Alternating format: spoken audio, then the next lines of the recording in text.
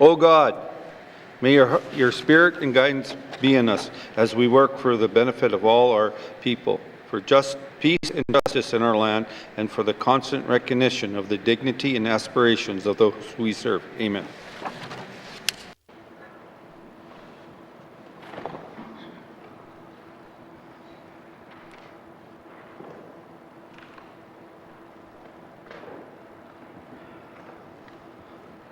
Colleagues, before we begin, I just want to send my condolences to the Kendo family in Sigachik with the passing of our elder Thomas Kendo yesterday. Thoughts and prayers are with the family and community at this time. Thank you. Minister statements. Minister statements. Minister responsible for Worker Safety Compensation Commission. Thank you, Mr. Speaker. Mr. Speaker, today I wish to provide an update on some of the services improvements, including the financial relief measures the Workmen's Safety Compensation Commission introduced during the COVID-19 pandemic. When the pandemic hit, the Worker Safety and Compensation Commission responded quickly to adapt its operations. In line with public health guidelines, all employees in Yellowknife and Nuvik and Iqaluit were swiftly equipped with right technology, moved to work from home, and safely transition back to our office once appropriate safety measures were in place. Since March 2020, the Worker Safety and Compensation Commission has successfully maintained service to 4,000 employers and almost 40,000 workers in the Northwest Territories and Nunavut without significant interruption, a commendable achievement. Mr. Speaker, one of the ways the Workmen's Safety Compensation Commission continues to ensure business continuity and to enhance frontline services for employers and injured workers is by offering virtual online alternatives. Prior to the pandemic, work was already well underway to expand online options such as mine supervision certification and e-business services offered through WSCC's Connect. However, it was undeniable that the practical challenges posed by COVID-19 has accelerated the adaptation of some digital platforms and business transformations through sheer necessity. The Workmen's Safety and Compensation Commission has taken a highly flexible and adaptive approach. For example, claims services are working with service providers and healthcare to provide some of the practical barriers to provide virtual-based care plans options for injured workers. In suitable cases, service offers have arranged for medical appointments, follow-up, counseling, physiotherapy, home care or home exercise plans and assessments, and the vocational rehabilitation assessment and follow-up. These improvements are in the early days, and though modest, are meaningful and will ultimately offer a more responsive and supportive service for injured workers and their family, a quick resolution for employees, and a reduction in case costs. Mr. Speaker, Workmen's Safety and Compensation Commission, educational outreach and inspections are an important part of ensuring the health and safety of the workplace across the Northwest Territories. In 2020, the Workers' Safety and Compensation Commission adopted these in-person activities and provided assistance to over 2,760 employers through alternative means such as phone and online. Educational tools and guidance were developed and rolled out for industry use, and the webinars and Zoom meetings that replaced annual events with partners, organizations, professional associations, and were well attended. Inspections are an essential mechanism for accountability to ensure that employers are meeting their legal obligations under Safety Act and Occupational Health and Safety Regulations and Mine and Health and Safety Act. Engagement and outreach gives employers access to guidance and best practices tools so that we can create and maintain strong safety plans and also ensure the Workers' Safety and Compensation Commission remains responsive to the challenges they face. Mr. Speaker, the Workers' Safety and Compensation Commission is also making continual improvements to the more established e-business services on WSCC Connect, a new service for employees to report workplace safety incidents or injuries was recently launched on the platform. Employers' report of incidents joins existing services such as payroll reporting, online payments, assessment rate information, clearance requests, and reports of unsafe work. For example, employers who reduced their workplace during the pandemic had the opportunity to submit a revised payroll estimation online and to make their payments without penalty at a later date.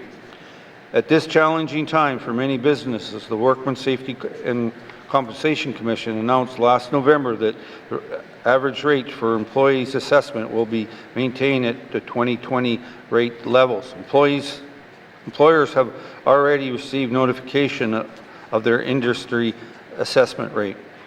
That the average rate is holding steady at $2.40 per $100 of assessed payroll is a positive news at a time of economic uncertainty for so many. The Workmen's Safety and Compensation Commission remains committed to making Northern workplace the safest in the country and to deliver care to injured workers, to work collaboratively with the Office of the Chief Public Health Officer to reduce the risks of exposure and transmission of COVID-19 in workplaces and to provide practical support to employers and local businesses to operate safely. Thank you, Mr. Speaker. Thank you, Minister.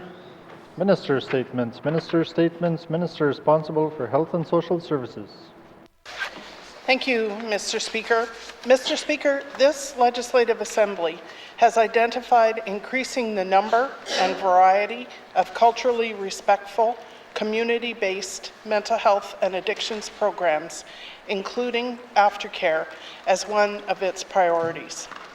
The Department of Health and Social Services is improving services to individuals with addictions, and I am committed to achieving this mandate commitment. In the Northwest Territories, mental health and addictions are a pressing concern for all of us. While there are supports and services already in place and available, we know we need to further strengthen our system to help those who are struggling most. This is particularly true when it comes to addictions recovery supports. Mr. Speaker, our goal is to ensure quality addictions recovery services that meets the needs of our residents. But in order to understand best what these individuals need, we need to hear from them. Hearing from individuals who have personally experienced or had a family member experience addictions will best inform our approach. The N.W.T knows that one size doesn't fit all when it comes to mental health and addictions, and it's important that residents are provided options as they move toward recovery. Our first step toward gathering this information and better understanding these needs will be to conduct an addictions recovery survey, which will focus on hearing from people about programs and services they have accessed in the past. We want to learn what has worked, what has not, and what residents feel they need to support their recovery. The N.W.T will be asking its partners, including service providers, for their support in sharing the survey with clients, as well as using traditional and social media to raise awareness. Hard copies of the survey will also be available for those who are unable to access the online version at their local community counseling program office and treatment facilities. The survey will open on Monday, February 15th. Mr. Speaker, a key component of this survey will be to focus on barriers or challenges experienced by people seeking help. We need to understand what gets in the way of recovery so that we can work to overcome it. We need to understand what works best when it comes to supporting recovery so we can do more of it. This survey is critical towards the understanding, and it will be followed by more focused efforts where we can dive deeper into lived experiences to shape our plans moving forward. Mr. Speaker, the N.W.T is also moving forward by developing an N.W.T alcohol strategy. The intent of this strategy is to reduce alcohol-related harms. Alcohol-related harms refers to a wide range of impacts associated with heavy or risky alcohol use, including chronic health problems, injuries, violence, lost productivity, criminal justice issues, family problems, and death. The development of the alcohol strategy will be informed by feedback from stakeholders and led by a team of professionals that understand outreach and engagement, addiction medicine and treatment, and include representatives from N.W.T departments and evaluation and surveillance experts to ensure measurable results. Mr. Speaker, I'm looking forward to reviewing the feedback received from residents and service users about the effectiveness of the addictions recovery supports we provide. The N.W.T wants to ensure that services offered are to meet our commitment to provide appropriate choice, cultural safety, and person-centered care. These elements are incredibly important to the effectiveness of services, and I look forward to sharing the results of the survey with members as one way to fulfill our mandate commitment to assist residents with addictions recovery. Thank you, Mr. Speaker. Thank you, Minister. Minister statements. Minister statements. Honourable Premier. Thank you, Mr. Speaker.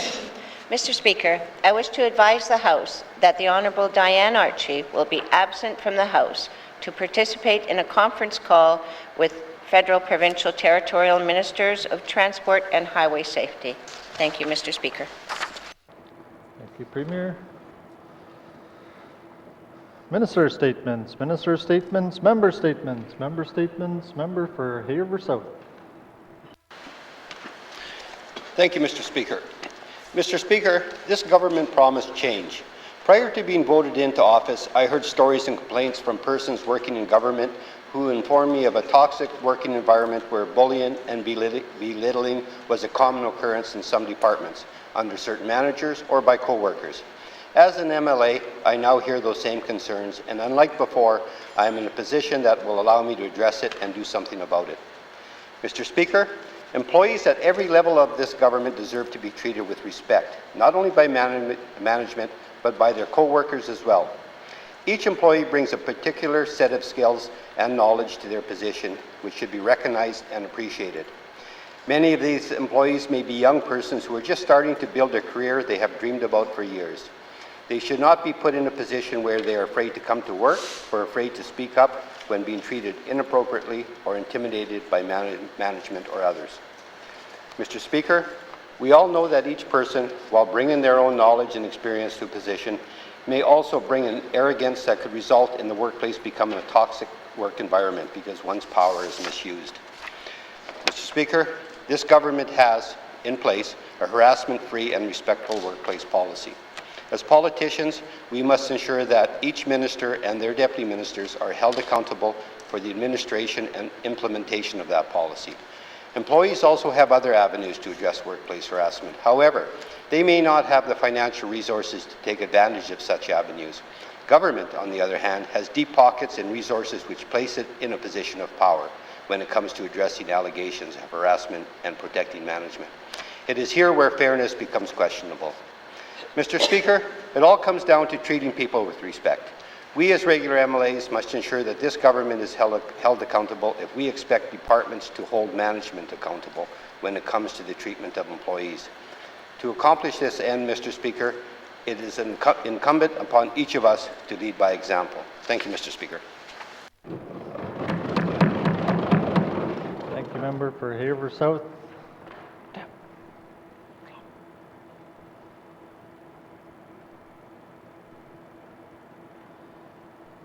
Member statements. Member for Frame Lake.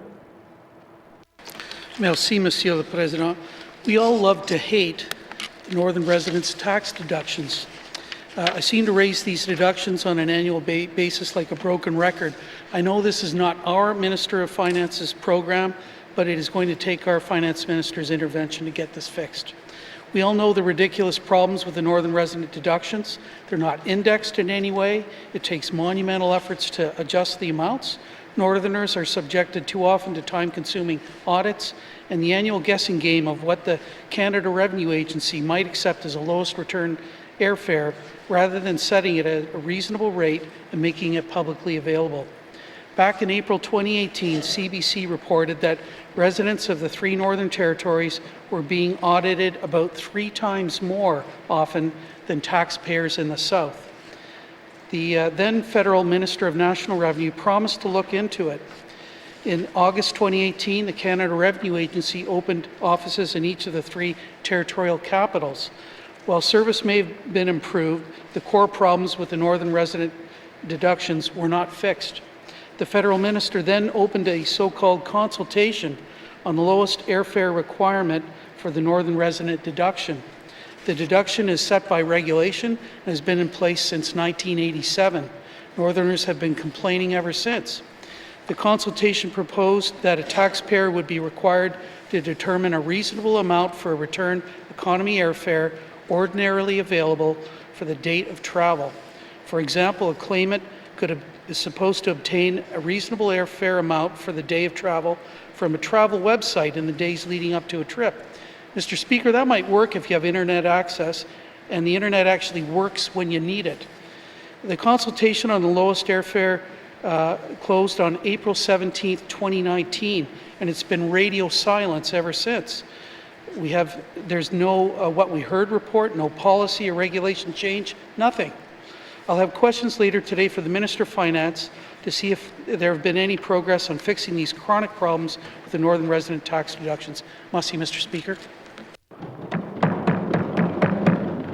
Thank you, member for Frame Lake. Member statements. Member for Great Slave. I didn't realize it was going to be me right away. Sorry, technical difficulties. Mr. Speaker, yesterday marked the United Nations International Day of Women and Girls in Science. Sadly, something I wasn't aware of until after I had done my member's statement for the day. However, as I think every day we should be focused on this important topic, I've decided to speak on it today as well. My career prior to politics, for those of you who may not be aware, was in engineering. And one of my passions in life is advancing the opportunities for women and non-binary people in the field of science, technology, engineering, and math, or STEM. You may have heard me quote the statistic in the past that only 13% of engineers in Canada identify as women, a stat that I have felt the personal toll of. When we look more locally, we hear the Minister of ECE say this week that only 5 to 7% of tradespeople in the territory identify as women. While I don't fault the minister for this dismal stat, it does tell me I need to be a thorn in his side to ensure it improves. Women have done remarkable things in the scientific realm, made even more outstanding that a lot of them did it by teaching themselves when the barriers in place to education and experience must have seemed insurmountable. Women have taken us to the moon, photographed DNA for the first time, and discovered new elements. Marie Curie, the only person to win 2 Nobel Prizes in separate sciences, did so over 100 years ago. As a woman struggling to cope with sexism in our modern society, where we've never had it so good, I can't imagine how she felt struggling to be heard in a world that felt she shouldn't even be bothered to learn to read. When I look around our territory, when I think about the missing and murdered Indigenous women and girls, when I reflect on my own life, I know we still have a very long way to go. A long journey ahead before we ever reach the point where an International Day of anything for women is no longer needed. However, I commit to continuing to march down that path using whatever tools I have towards that day, and I will continue to try to pave that road for all the girls who will come after me. Thank you. Thank you, member for Great Slave. Member statements. Member statements. Member for N.W.T. Thank you, Mr. Speaker. Mr. Speaker, the residents of Tuktoyaktuk who live in Reindeer Point are 7 kilometres outside of the community. Like the municipalities at Northwest Territories, Tuk is underfunded. They stretch every dollar. The hamlet's been running the busing service for the last few years at capital loss and using their funds. $57,000 a year. That's the cost of running the bus for people with no vehicles, which our government was promised to provide the busing funds, Mr. Speaker. The hamlet asked MACA for funding assistance. The previous minister told them, prioritize your money and your spending. The current minister has offered to help the hamlet to develop a business plan. Mr. Speaker, the response is not good enough. It was a N.W.T decision to re-establish Reindeer Point at the hamlet. Says the N.W.T made a commitment at the time to fund busing. According to MACA's own research, we're underfunding our community governments by $25 million a year. They expect small communities to keep making up the shortfall. Today, Mr. Speaker, I'll be seeking commitment from the minister to provide money and not moral support to help Tuk to provide busing for the Reindeer Point. Thank you, Mr. Speaker.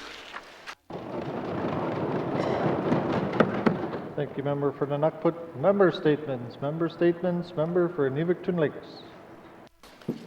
Thank you, Mr. Speaker. Mr. Speaker, today I'd like to discuss the N.W.T summer student employment and affirmative action.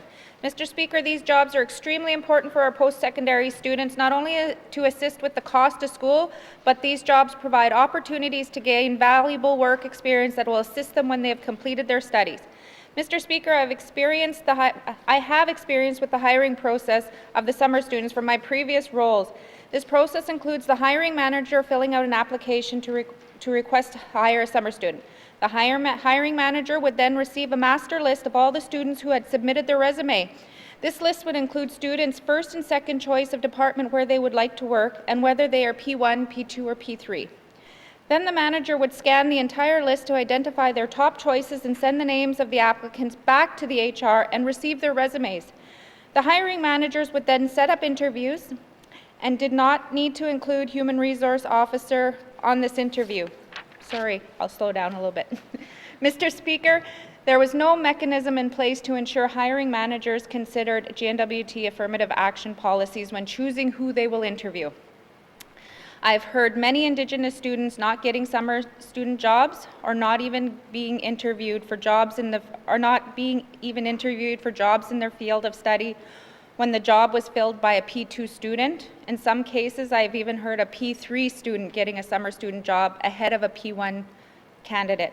Mr. Speaker, the summer student hiring process needs to have strict mechanisms in place to ensure that government's affirmative action policy is followed. I will have questions for the Minister of Finance. Thank you, Mr. Speaker. Thank you, member for N.W.T. Lakes. Member statements. Member statements. Member for Yellowknife North. Thank you, Mr. Speaker. I'm so glad it's a long weekend. I'm so glad we're heading into Friday to Monday as Family Day. Oh wait, Mr. Speaker, I thought for a second we were in Alberta or BC or possibly Ontario, maybe Saskatchewan, or even New Brunswick. But we're not, Mr. Speaker. We're in the Northwest Territories and we don't get a statutory holiday in February. In fact, after New Year's, I have to wait over 3 dark months until the next holiday, Mr. Speaker. It doesn't need to be Family Day, Mr. Speaker. PEI has Islander Day. Manitoba will be celebrating Louis Riel Day. Maybe we could have Elders Day or N.W.T. days. I'm not picky, Mr. Speaker. I'll even compromise on the date. The Yukon celebrates Heritage Day on the 26th. I'll even take a St. Patrick's Day in March, if it's good enough for Newfoundland to make it a stat. It's been a long year, Mr. Speaker. February has been a hard month for all of us. And with the highest suicide rates in this month, I believe we need to give our workers a break. In a weird twist of fate, Mr. Speaker, most schools have PD or SIP days on this day, leaving parents to scramble to find childcare at their work anyways. A family-free family day. Mr. Speaker, we don't have a single piece of legislation before us in this House this sitting. Nothing for us to do. I can't think of anything more politically palatable than creating a holiday called Family Day, Mr. Speaker. I'll have questions for the Minister of Justice, or in this case, the Minister of Holidays, about whether we can get a family day. Thank you, Mr. Speaker. Thank you. Thank you, member for Yellowknife North. Member statements. Member statements. Member for Thabacha. Thank you, Mr. Speaker. Mr. Speaker, I would like to use my member's statement today to give my thanks and appreciation to all the residents of Fort Smith. Specifically, I would like to thank all workers from both private and public sectors, as well as all business owners within the community. Places like Kaiser's Grocery Store, the Northern Store, Wally's Drug Store, Fort Smith Construction, Petro-Canada, Tim Hortons, and the staff at the Bank of Montreal, TDC, Barrow's Pizza, and Anna's Home Cooking, to name a few. Mr. Speaker, it has been a tough and uncertain year for many people as we navigated through this pandemic. Therefore, I just want to thank my constituents for their strength, their determination, and resilience they demonstrated since last March. I also want to thank my constituents for their continued support in me as MLA for Thabacha. As I've said before, it is truly an honor to represent Fort Smith in this assembly, and I will continue to do my best to serve the people and interests of the amazing community I come from, Fort Smith. Lastly, Mr. Speaker, I'd like to once again say thank you to the staff here at the Legislative Assembly. Thank you to my very two capable CAs, Pascal Erasmus and Priscilla Lapini, for their hard work as well. And I wish my colleagues in this House a restful week ahead. I also would like to thank the Speaker for always being so patient. Happy Valentine's Day to everyone, and I hope everyone has a good week. Thank you, Mr. Speaker. Thank you, member for Thabacha. Member statements. Member statements. Member for Kamloops. Thank you, Mr. Speaker. Mr. Speaker, I want to thank listeners for following Avery's story this week. It represents the experiences of many N.W.T. residents. Avery's search for government help highlights the shortcomings of our system. The GNWT's current service delivery model is failing clients and costing taxpayers. We serve dozens of Averys, and many more turn away in despair because they cannot get the help they need. This government must learn from Avery's experiences and implement preventative, client-focused care before more Averys fall through the cracks. Avery's journey included the FASD Diagnostic Clinic. According to Government of Canada 2017 estimates, more than 3,000 babies a year are born with FASD, and about 300,000 people are currently living with it. Research suggests that the occurrence of FASD is significantly greater in Indigenous populations and in rural and remote northern communities.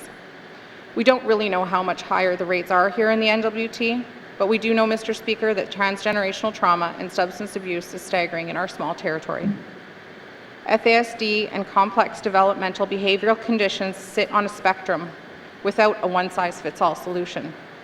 Treatment requires case-by-case management with compassionate, trauma-informed wraparound care. British Columbia has an entire division focused on FASD and complex developmental behavioral conditions.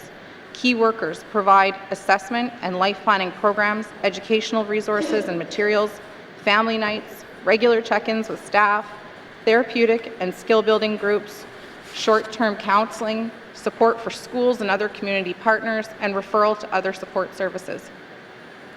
The N.W.T currently has one FASD diagnostic clinic for children and one for adults. Each clinic has one employee. One, Mr. Speaker. This is not nearly enough. Once a person receives an FASD diagnosis, there are no caseworkers and no support. N.W.T adults need regional, trauma-informed wraparound case managers providing clients with one-on-one supports for employment, housing, and life and financial skills. To reduce recidivism, we also need supports within our correctional facilities to provide care while people are incarcerated and after they are released. Mr. Speaker, we also need supportive housing for families. I would like to see the GNWT develop a comprehensive plan for expanding future services, and I will have questions for the Minister later today. Thank you, Mr. Speaker. Thank you, Member for Cam Lake. Member statements. Member statements. Member for Mumfway. Thank you, Mr. Speaker. Since the COVID, it's been over a year now. And again, with the getting orders from the chief officer and to be going around for travel has also been restricted. Since COVID, with doctor's order and trying to take their orders, but some of the frontline workers are also doing some travel, and we really don't believe that is right, because we all know they're the higher people for all people of. So this is what I want to speak on. Through self-sacrifice, community spirit, and civic mindedness, that they stood shoulder to shoulder to keep COVID at bay. As a result of that courage and commitment, Mr. Speaker, we stand among all provinces and territories in our success in battling the COVID-19 virus. Mr. Speaker, it came at a heavy price.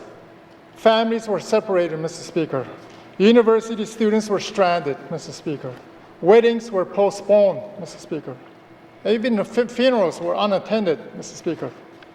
Vacations were canceled. Sadly, Mr. Speaker, not everyone shared the burden. Some people felt it beneath them. Remarkably, Mr. Speaker, we find those workers at the high level of our COVID bureaucracy. While Northerners were doing their part in staying home, Mr. Speaker, these privileged bureaucrats were quietly traveling across the country, visiting families. Instead of setting good examples that Northerners have the right to expect from these highly qualified bureaucrats. And even more sadly, Mr. Speaker, we have a Premier who excuses such behavior and tells us, and even in the public, that it is none of our business. Even when faced with ground-well public displeasure, she justifies these double standards by her stonewalling. That's instead of moral courage and leadership by example that Northern deserve out of a Premier. Mr. Speaker, this raises questions about her abilities and about the transparency. Mr. Speaker, we're talking about public funds and public servants. There has to be an accountability from this government. At an appropriate time, I will have questions for Premier. Mr. Speaker. Thank you, Member for Mumfway. Member statements. Member statements. Returns to oral questions. Returns to oral questions. Recognition of visitors in the gallery. Recognition of visitors in the gallery. Replies to budget address. Day 7 of member for Nahende. Sorry. Thank you. Sorry about that, Mr. Speaker. I'd like to recognize the interpreters here that are doing a great job. And yes, I speak fast and I apologize, but I want to specifically recognize Mary Jane Kazon, a constituent from the Nahende region. She's been a strong advocate of N.W.T in the region in the Northwest Territory. So I'd like to welcome her here to the Legislative Assembly. Thank you, Mr. Speaker. Thank you, Member for Nahende. Recognition of visitors in the gallery. Recognition of visitors in the gallery. Replies to budget address, day 7 of 7. Member for Yellowknife North. Mr. Speaker, I want to begin by thanking the Minister of Finance for her budget address last week. I also want to thank all of my colleagues for their dedication and hard work over the last year. We executed a model response to a pandemic, and with vaccines well distributed, relief is in sight. Our cabinet and public servants can hold their heads high in our response to COVID-19. Mr. Speaker, it's hard to disagree with much of the new initiative spending in this budget. $1.7 million for a small business tax cut, which brings us in lines with other jurisdictions and is most certainly needed for our small businesses days. $7 million for child and family services, long overdue money for that system. 27 new counselor positions and a traveling mental health team for our public schools. Additional funding to expand our healthcare system's capacity. These are all much needed supports and will directly assist the residents of this territory. A few initiatives I could probably live without, but all around, the new spending aligns well with the mandate of this government, Mr. Speaker. But my job is not to stand here and sing Cabinet's praises. My job is to hold them to account for the change they promised in taking their positions. Mr. Speaker, we cannot lose sight that this budget is a moral document. Each dollar spent is a choice. $2 billion each weighed against the other. $45,000 for every person in this territory we are entrusted to spend. One of the highest per capita spendings of any government on the planet, Mr. Speaker. There are no easy decisions in allocating this money. There is no easy metric to value nurses over teachers over road builders. But we must conduct that hard work. Mr. Speaker, in our system, we don't vote on parties. We don't vote on platforms. We don't vote on the mandates or the workings of departments. That power lies with our Premier and Executive Cabinet. But we do vote on budgets, Mr. Speaker. We don't necessarily have confident votes in a consensus government, but deciding whether to approve the budget as presented by this Cabinet is about as close as we get to one.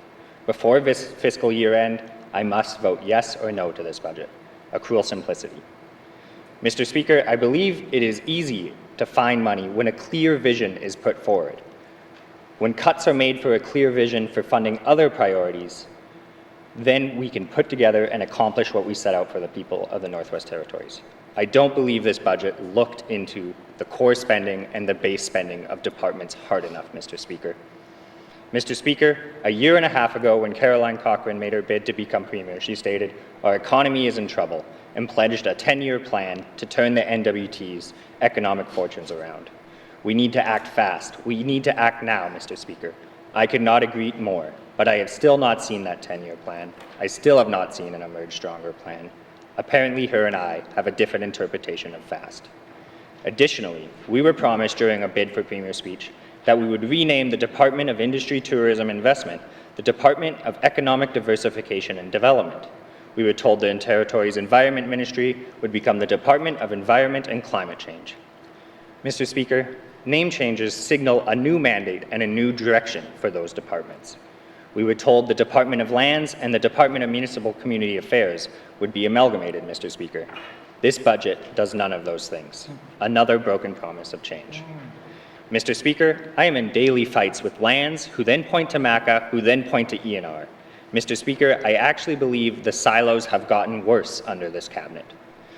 Mr. Speaker, I will not be voting for this budget unless the Premier lives up to her promises. I want to see a plan for corporate restructuring that we were promised.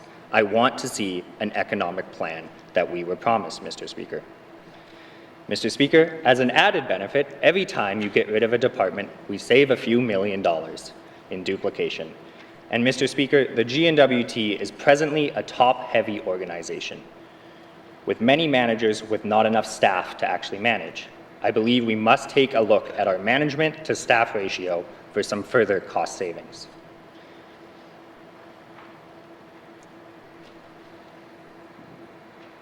Despite my frustration, Mr. Speaker, I believe there is a path for a vision forward. I believe, Mr. Speaker, we need to revisit our priorities and mandate and truly come to a consensus. Finding consensus is difficult. But, Mr. Speaker, I believe this Assembly has a clear agreement that housing is a priority and a true willingness to address our housing crisis, Mr. Speaker. When I ran to be an MLA, I have to admit housing was not my #1 priority. But in listening to my colleagues and listening to the struggles of the people of the N.W.T, I believe we need to do more for housing. In fact, Mr. Speaker, we have a Premier who spent her entire life trying to advocate for housing, as she often says. I believe this is the appropriate legacy for this Assembly. So maybe we can actually invest the amount of money it needs. Mr. Speaker, if we are ambitious, I believe we can cut our housing wait list in half in the life of this Assembly, not simply settle with 25 units a year. Mr. Speaker, during the course of this pandemic, a spark emerged. The notion we could truly operate differently as a government.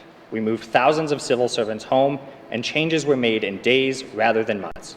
We passed more regulatory changes in a year than I expected us to do in an entire Assembly. We have seen what a motivated civil service can do under strong leadership, and I was inspired that we might see that change into the future of this Assembly. Yet, Mr. Speaker, we are dialing back that promise. Mr. Speaker, when we pass this budget, some 2,000 low-wage workers will have their wages cut from $18 an hour to an unjustifiable $13.46 minimum wage increase in cases with no increase to the minimum wage in sight, because apparently those workers are no longer essential. Mr. Speaker, during COVID-19, we begged childcare operators to remain open so our essential workers could continue to work. We subsidized their cost. We saw how childcare was essential to keeping the economy open. Yet this budget comes nowhere close to addressing the childcare needs in this territory, which are only getting more expensive, Mr. Speaker, let alone implementing a universal daycare. We've added $500,000 to our childcare infrastructure, but that is a drop in the bucket compared to the $20 million we need a year to truly support the children of the N.W.T. Mr. Speaker, in addition, this government has doubled down on its love of P3 contracting. Despite knowing we can't afford much of the infrastructure we are pretending we are actually going to build. A program can always be cut, Mr. Speaker, but a 30-year P3 contract binds the next generation of Northerners. It is undemocratic financing at best and a determination to bankrupt our budget at worst. Mr. Speaker, our current infrastructure is crumbling and our goal seems to let it collapse while we build more. Our deferred maintenance budget is out of sync with reality. Not to mention our municipalities' infrastructure are in the same state. I would gladly pour more money into maintaining what we already have, as opposed to continuing to pretend we can afford to build more. This government needs to come back and ask that our priorities and mandate be assessed in light of the largest global event of many of our lifetimes, Mr. Speaker. The sad reality is we can't afford the big three infrastructure projects. We probably can't even afford one of them. I honestly wish we could afford them all, but let's pick one and actually get it done. The Mackenzie Valley Highway makes the most sense to me, Mr. Speaker, considering we build it every year and then it melts. Mr. Speaker, during COVID, our cabinet was given a once-in-a-lifetime opportunity. They were given a full pass to reform the N.W.T, to change how it operates, how it is funded, and leave a truly nimble public service. But much of that opportunity has gone to waste. Mr. Speaker, we moved our public service to remote work in weeks. Instead of capitalizing on that and creating a proper work-from-home policy, we called them back at the first sign of criticism, Mr. Speaker. I may also add that remote work means lower leasing, office, and travel costs in our budget. As well, it is proven to increase productivity. It's a no-brainer, Mr. Speaker. Instead of addressing the fact that a person is just as capable of not working from home as they are from an office, we kept the same measurement of productivity in our public service, hours in a chair. We have not seized the opportunity to switch our public service to a results-based workplace, instead of one measured purely by time in an office. Mr. Speaker, the core budget of the N.W.T, which we have failed to really delve into and change, is one that has been designed by committee over consecutive assemblies, where too many competing interests and mandate items have often led to the safest bet not moving too strongly in any direction. Mr. Speaker, we are trying to be leaders in climate change while also pushing for offshore development of Arctic reserves. Mr. Speaker, I believe at one point we had more people working in the N.W.T regulating oil and gas than were actually producing it in the Northwest Territories, Mr. Speaker. With the exception of Norman Wells, we are more likely to take on liabilities in both Cameron Hills and the Beaufort Delta from oil and gas than we are to make any money off of it, Mr. Speaker.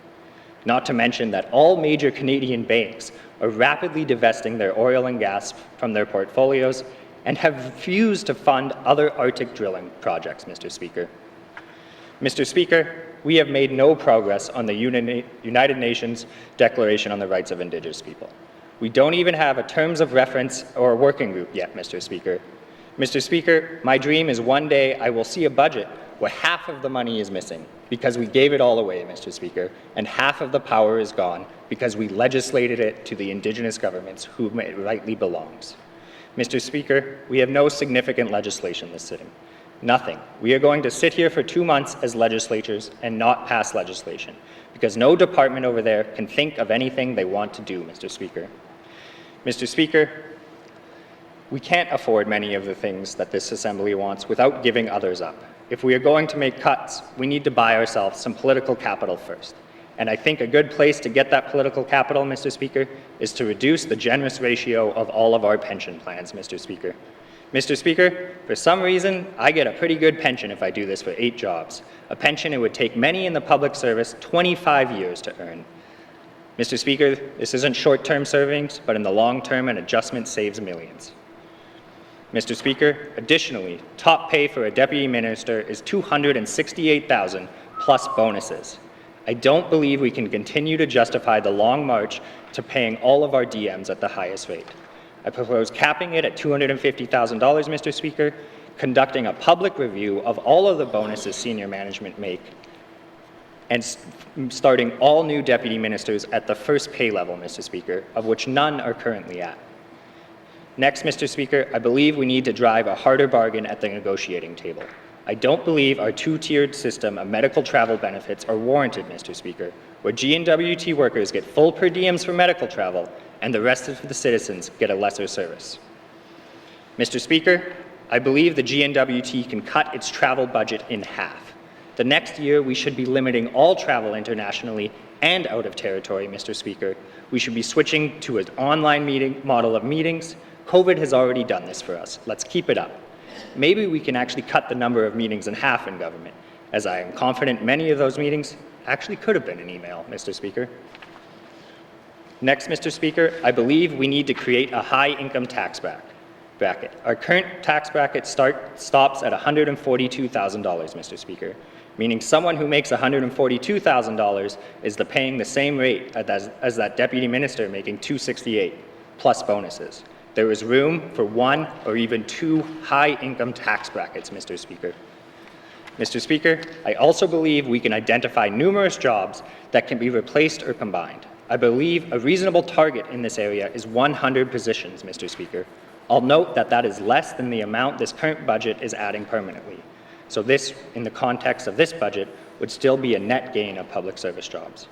As a place to start, I am convinced that by adopting a service N.W.T model, government service officers, income assistance officers, housing officers, and many other positions can be moved into one single position to eliminate duplication. We may need to actually simplify the applications and rules to make that work. Perhaps payroll more people, or even a basic income model, Mr. Speaker. I have a dream of one day a single form for such services on an online portal. But that's just me being radical, Mr. Speaker. Our work on e-services is not adequately funded nor ambitious, Mr. Speaker. Mr. Speaker, when we bring more services online, we create a more user-friendly government and reduce the overall labor needs of our N.W.T. As an example, Mr. Speaker, as we bring most of the DMV services online, I hope to see a change in the amount of labor that office needs. Let's get the rest of our services online and then adjust staffing needs accordingly. Mr. Speaker, not to mention a cultural change is long overdue to actually empower our frontline workers to make changes without running up and down a bottlenecked bureaucratic ladder. We need to empower our frontline staff to actually make decisions. As we free up their time, as we free up time in passing up and down decisions, we free up more labor. Mr. Speaker, we have a N.W.T operating on an HR manual from 1980, an obsession with hierarchy. The days of running a public service where a manager can actually use the word insubordination with a straight face are long gone, but instead we have a series of people fighting over power while pushing paper. We are nowhere near to delivering the change that is required with our outdated bureaucratic model. Mr. Speaker, I tried to speak of a number of ways I believe we can find efficiencies in this budget. This is not to just find efficiencies for efficiency's sake, Mr. Speaker, because the reality of our fiscal situation is we will need to find them. But I also believe if we work to find cuts with a clear vision for housing, we can actually make progress on this issue, which I believe is shared by all members, Mr. Speaker. Mr. Speaker, I believe we have been pulled in too many directions at once. I propose a new direction, one where housing is first, one where we make the tough decisions in pursuit of housing. Housing is a win for everyone, Mr. Speaker. It saves us money in health when people are housed. It saves us justice costs when people are housed. It helps students succeed, and it breaks cycles of poverty, Mr. Speaker. It employs northern contractors, and it can fuel a building industry that creates more tradespeople. It can spur a whole economy based on trades and building, Mr. Speaker. I am proposing that this Assembly readjust its priorities, its budget, and its mandate to make the tough decisions we need and come back with a new and powerful vision for housing. Thank you, Mr. Speaker. Thank you, member for Yellowknife North. Replies to budget address. Replies to budget address. Acknowledgements. Acknowledgements. Oral questions. Oral questions. Member for Heber South. Thank you, Mr. Speaker. Mr. Speaker, the questions will be directed to the Minister responsible for Finance and Human Resources. First question I have for the Minister is, how many harassment complaints does this government receive annually? Thank you, Mr. Speaker. Thank you, member for Heber South. Minister responsible for Finance. Thank you, Mr. Speaker. Mr. Speaker, we receive an average of 27 complaints per year. Thank you, Minister. Oral questions. Member for Heber South. Thank you, Mr. Speaker. And follow-up is, what is the most common workplace harassment complaint? Thank you, Mr. Speaker. Thank you, member for Heber South. Minister responsible for Finance. The most common workplace complaint cites either personal harassment or abuse of authority. Thank you, Minister. Oral questions. Member for Heber South. Thank you, Mr. Speaker. I'd like to ask the Minister, on a percentage basis, what is the outcome in favor of the complainant? Thank you, Mr. Speaker. Thank you, member for Heber South. Minister responsible for Finance. Thank you, Mr. Speaker. Mr. Speaker, on some occasions, certainly alternative remedies would be recommended or utilized that take an approach that is not necessarily ending with a win-loss per se, but to the extent that there is a tracking of those that do have a formal finding, it is 68% that come out in favor of the complainant. Minister, final supplementary. Member for Heber South. Thank you, Mr. Speaker. I'd like to also ask the Minister, what, if anything, is the Minister's Department doing to ensure government employees are provided due process and fairness? Thank you. Member for Heber South. Minister responsible for Finance. Thank you, Mr. Speaker. Mr. Speaker, we certainly do have a policy on harassment-free and respectful workplace. That's a stated policy of the Department of Finance and Human Resources. Indeed, there is to be an updated policy with a new accompanying guidelines expected to come out this fiscal year.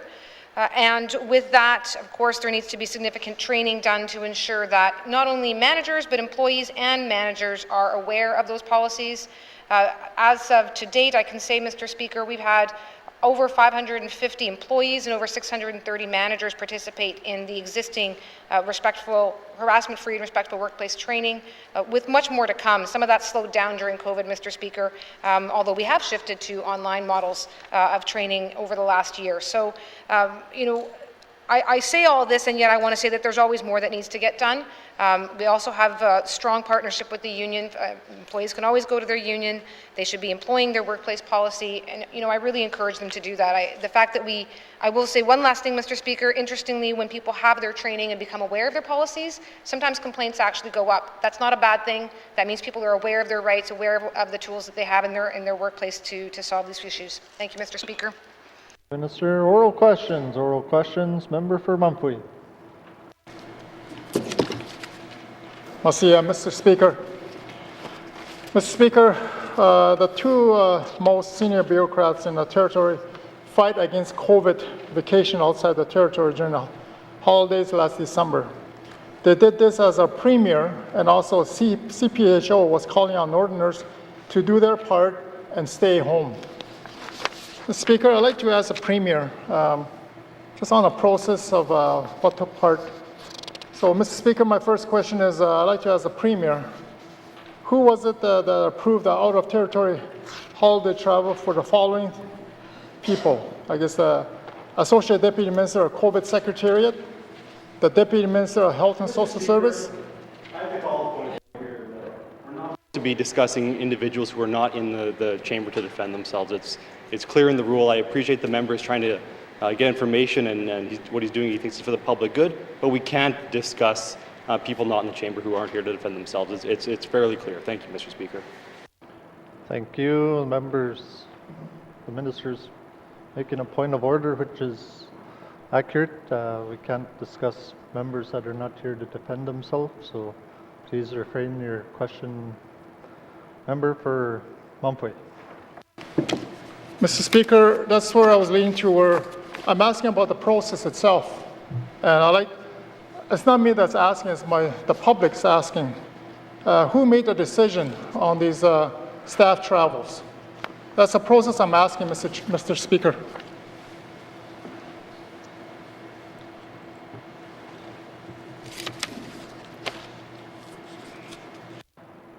Honorable Premier.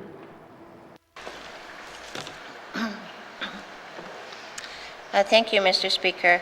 As our government House leaders raised the point of order, it is inappropriate to speak about people who are not in the House. But what I will speak to, I won't speak about the people that left because of extenuating circumstances. What I will speak about is that the process. Ministers are directly responsible for approving leave for their deputy ministers. However, in saying that, deputy ministers do not have to, they have to notify, but they are responsible for their own. Thank you, Mr. Speaker. Thank you, Honorable Premier. Just to be clear, you could reference public servants, but not specific to single them out. Member for Mumfway. Merci, Mr. Speaker. Mr. Speaker, the next line of question is obviously on the expectation of the general public. Mr. Speaker, how can our Premier, the head of government, expect Northerners to answer a call for personal sacrifice when her most senior COVID officials ignore the same call, Mr. Speaker? Merci. Thank you, Member for Mumfway. Honorable Premier. Thank you, Mr. Speaker. What I will say is that, Mr. Speaker, I'll start with saying that no minister, no elected minister in this House left during Christmas. Because, Mr. Speaker, I do not believe. I believe that as elected officials, all of us in this House, as elected officials, are responsible for being role models to the residents in the Northwest Territories. And Mr. Speaker, we can't change the past, but I do know that the public was hurt. I also know that over 1,500 people from the Northwest Territories left the N.W.T. for leisure travel during that time. I also know, Mr. Speaker, that it was not an order, it was a recommendation. So nobody broke the law. Even the residents who left, no one broke the law. Mr. Speaker, it's been a tough year. People have gone, as the member said, without funerals, without seeing families, all kinds of issues. People are making personal choices. But I do believe that everyone who left made those personal choices and had tough decisions to make. They made them in the best interest as they seemed fit. Thank you, Mr. Speaker. Thank you, Honorable Premier. Oral questions. Member for Mumfway. Merci, Mr. Speaker. Mr. Speaker, I was referring to public servants, not elected officials. Yes, we elected officials, we haven't been traveling. I haven't been traveling since the announcement came out. So I'm speaking directly on public servants. They're responsible under public funds, the public servants. So, Mr. Speaker, these are areas that a concern that was brought to our attention. And we have to keep in mind that there's accountability from this government to the public. The public's, there's an outcry. And who's accountable? The Premier is accountable for that, Mr. Speaker. Mr. Speaker, next question, line of question would be that I'd like to get more information. Will the Premier provide this Assembly with a complete list of ministerial travel, including destination and purposes, both personal and official, since the COVID public health emergency was first declared last spring? Mr. Speaker. Mussey. Thank you, Member for Mumphrey. Honourable Premier. Thank you, Mr. Speaker. Actually, I do believe that the ministerial travel is posted on the website and is available to all members already. I think it's been done, and so my understanding is that no minister, as said, has left the territory since COVID-19. The only minister that actually left the territories when COVID started was myself as Premier, Mr. Speaker, at the beginning of COVID when I was down there and I got hit. Being corrected, there was a minister again that left because of extenuating circumstances, but not during the Christmas period, Mr. Speaker. So that record is public. That record can be obtained, and if the member does not know where to access it, let me know and I'll let him know where to access it. Thank you, Mr. Speaker. Thank you, Honourable Premier. Oral question, final supplementary. Member for Mumphrey. Mr. Speaker. Mr. Speaker, for the sake of the public trust, which I feel the trust has been broken, our political leaders and senior bureaucrats must set the high standards of conduct, whether we in this House, outside this House, especially during the public health crisis. What rules is the Premier putting in place to ensure such regrettable double standards are not seen again in the ranks of our government? Mr. Speaker. Thank you, Member for Mumphrey. Honourable Premier. Thank you, Mr. Speaker. Again, we can't change the past, but we need to learn from the past.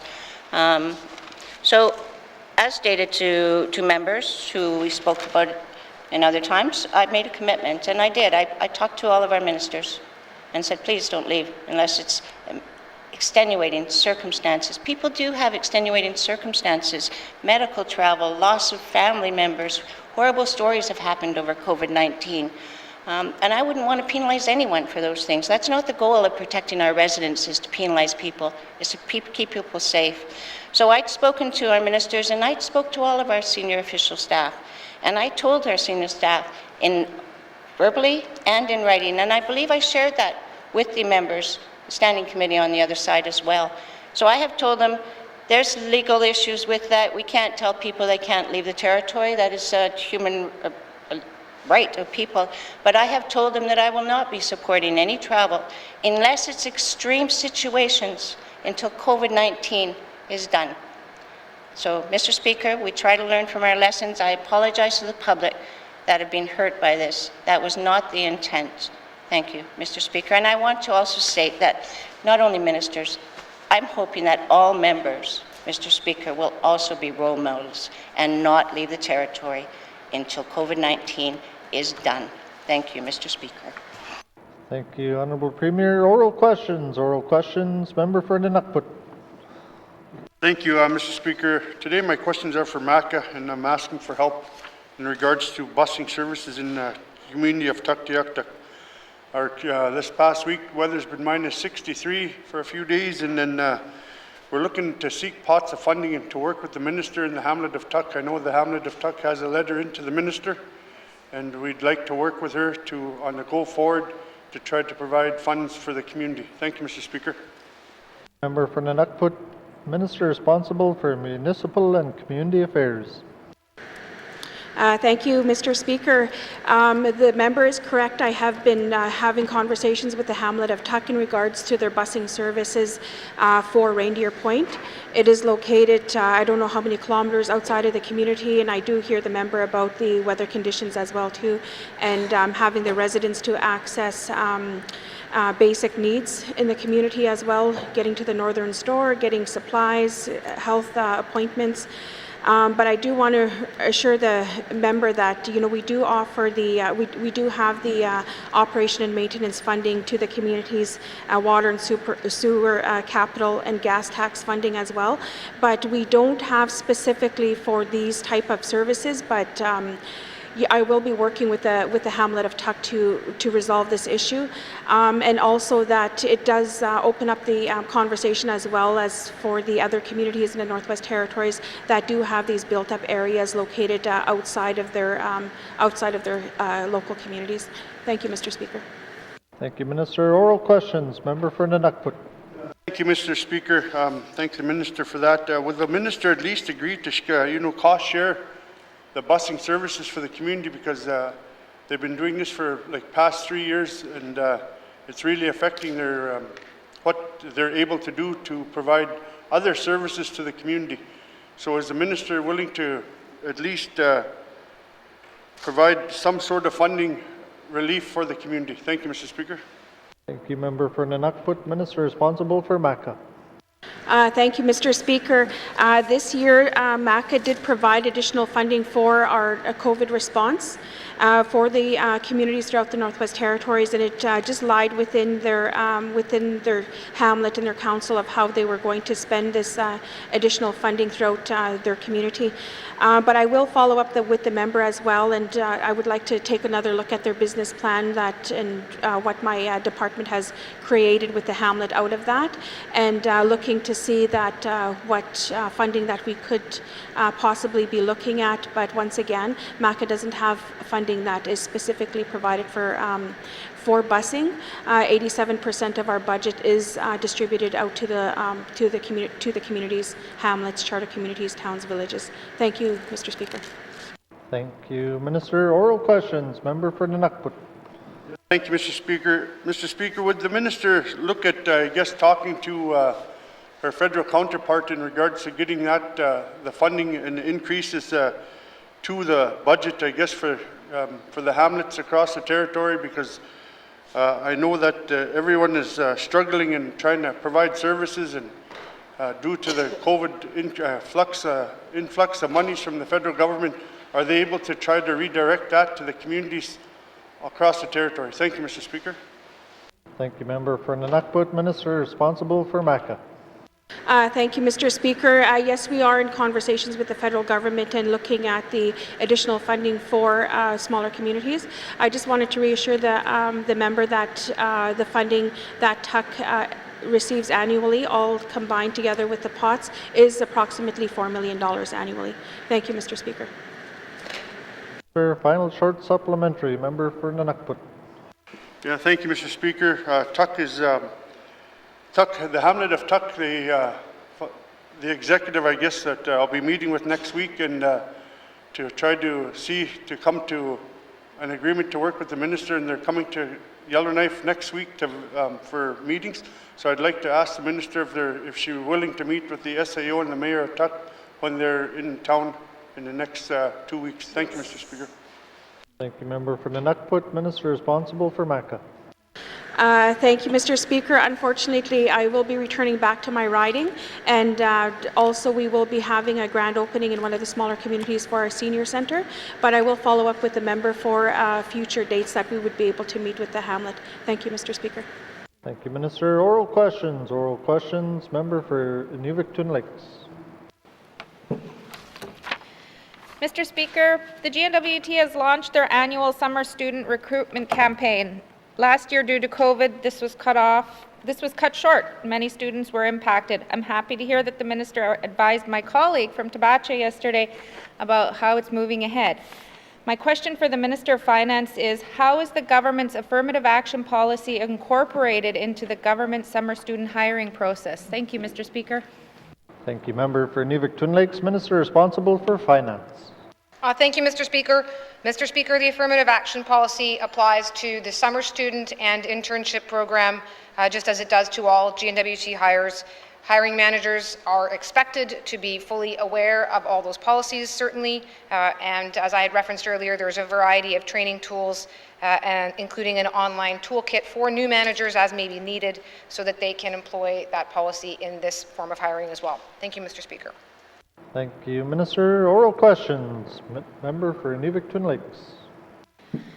Thank you, Mr. Speaker. When a request is received to hire a summer student, is the hiring manager provided with information on the government's affirmative action policy and how it applies to summer students? Thank you, Mr. Speaker.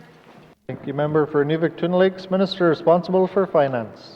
Thank you, Mr. Speaker. Yes, so, Mr. Speaker, when there is a database that gets created, which is why summer students are asked to register, interns are asked to register as part of the process, And when a hiring manager wants to participate in that, they have to get access to the database. When they get access to the database, they are reminded that the hiring process does still need to be apply the affirmative action policy. So that reminder is right there. And again, at this point, they really should be versed in those policies as part of their training as being managers. Thank you, Mr. Speaker. Thank you, Minister. Oral questions. Member for Nuvik-Twin Lakes. Thank you, Mr. Speaker. I'm just going to go down to my next question. What mechanisms are in place to assisting hiring managers to ensure they are appropriately applying the affirmative action policy when hiring summer students? Member for Nuvik-Twin Lakes, Minister responsible for Finance. Thank you, Mr. Speaker.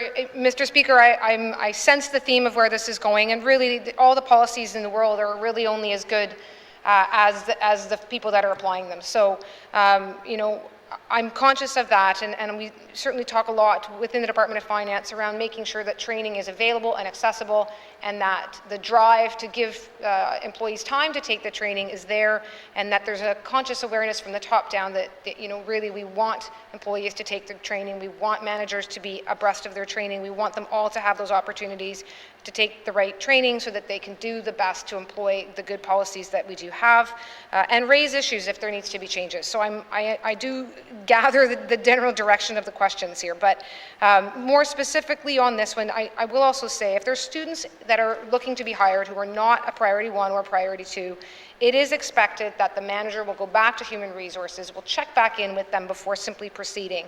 And indeed, if in the end there is a hiring that is outside of those priority candidates, they're expected to go through the deputy ministers. Thank you, Mr. Speaker. Thank you, Minister. Final short supplementary. Member for Nuvik-Twin Lakes.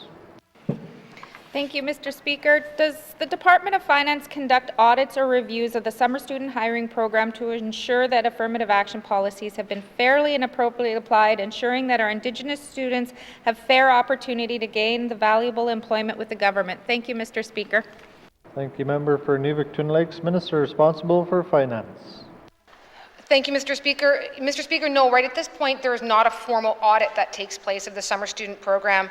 In general, right now, the feedback, we do certainly get feedback, and the feedback, as I've been told, is that it's positive, that it's a program that is well received by students and well received by departments, as this is a great tool for them to recruit and retain Northern Indigenous students.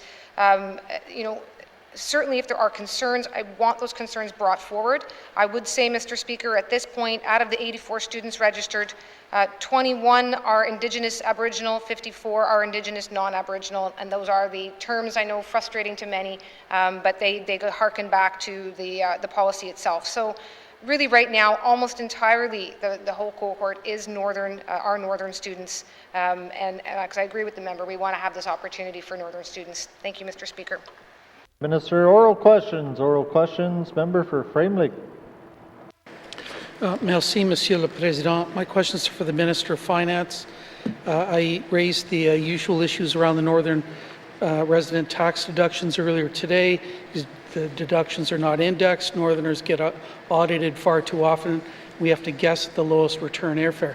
And look, Mr. Speaker, I understand that the Minister here is not responsible for this, but she is our liaison with the federal minister for the Canada Revenue Agency and speaks on behalf of Northerners. So can the minister tell us whether there were any outcomes or changes as a result of the April 2019 federal consultation on lowest return airfare requirements? Merci, Mr. Speaker.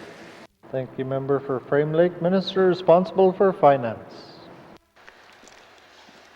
Yeah, thank you, Mr. Speaker. Yeah, Mr. Speaker, this is not, I am not the federal finance minister, and I don't control the federal taxation. And there's a new finance minister over in the federal government as well. So it may well be that there's more change yet to come. As for any formal changes, Mr. Speaker, I can say that we've been advised that the Canada Revenue Agency, expects that some of the challenges that may have led to more audits have been resolved, and indeed that hopefully should not continue to be a problem for residents of the Northwest Territory. You know, but aside from that, Mr. Speaker, I don't have a what you heard report from the federal government. I can certainly follow up and see if they have anything further, but that's really the best I can offer, being the minister from the Northwest Territories. Thank you, Mr. Speaker. Thank you, Minister. Oral questions. Member for Frame Lake. Merci, Monsieur le Président. I want to thank the Minister for that offer to follow up. I would encourage her to do that. That consultation finished in April 2019, and as I said, it's been radio silence ever since. So a lot of residents did not travel south in 2020 due to the COVID pandemic. It's my understanding that recreational trips taken within the N.W.T are still eligible for vacation travel assistance deductions as long as people have receipts. Can the Minister tell us whether this is still the case, and whether there's been any discussions with Canada Revenue Agency officials about flexibility with this travel within the North as people begin to file their income tax for 2020? Merci, Mr. Speaker. Thank you, Member for Frame Lake. Minister responsible for Finance. Thank you, Mr. Speaker. Yes, Mr. Speaker, trips in the Northwest Territories do qualify for the travel deduction. So that is specifically a maximum of 2 trips per year per household member. So please go take your staycation and continue to do so. For those eligible trips, Northwest Territories taxpayers are claiming either their, well, there's a number of different things, Mr. Speaker, and I don't know that this is the right opportunity to be going through all the tax advice that people might need, but the advice is out there, and in short, yes, the staycations people have been taking to support our local economy are indeed eligible for claiming. Thank you, Mr. Speaker. Thank you, Minister. Oral questions. Member for Frame Lake. Merci, Monsieur le Président. I want to thank the Minister for that. But the flawed system of northern resident tax deductions has been in place for about 33 years. Can the Minister tell us whether she's ever raised this issue with federal officials and what the response was? Merci, Mr. Speaker. Thank you, Member for Frame Lake. Minister responsible for Finance. Thank you, Mr. Speaker. So, Mr. Speaker, I can't disagree that the indexing or the lack of indexing is certainly a challenge. It doesn't allow us to be matching up to inflation necessarily, but we certainly do get a benefit in terms of our northern residents deduction. So, I want to be a bit cautious before biting the hand that feeds us all. That said, and Mr. Speaker, the last year I've had a lot of engagement with the federal finance ministers, both of them, and it's been positive. The focus has been on COVID-19 relief and supports.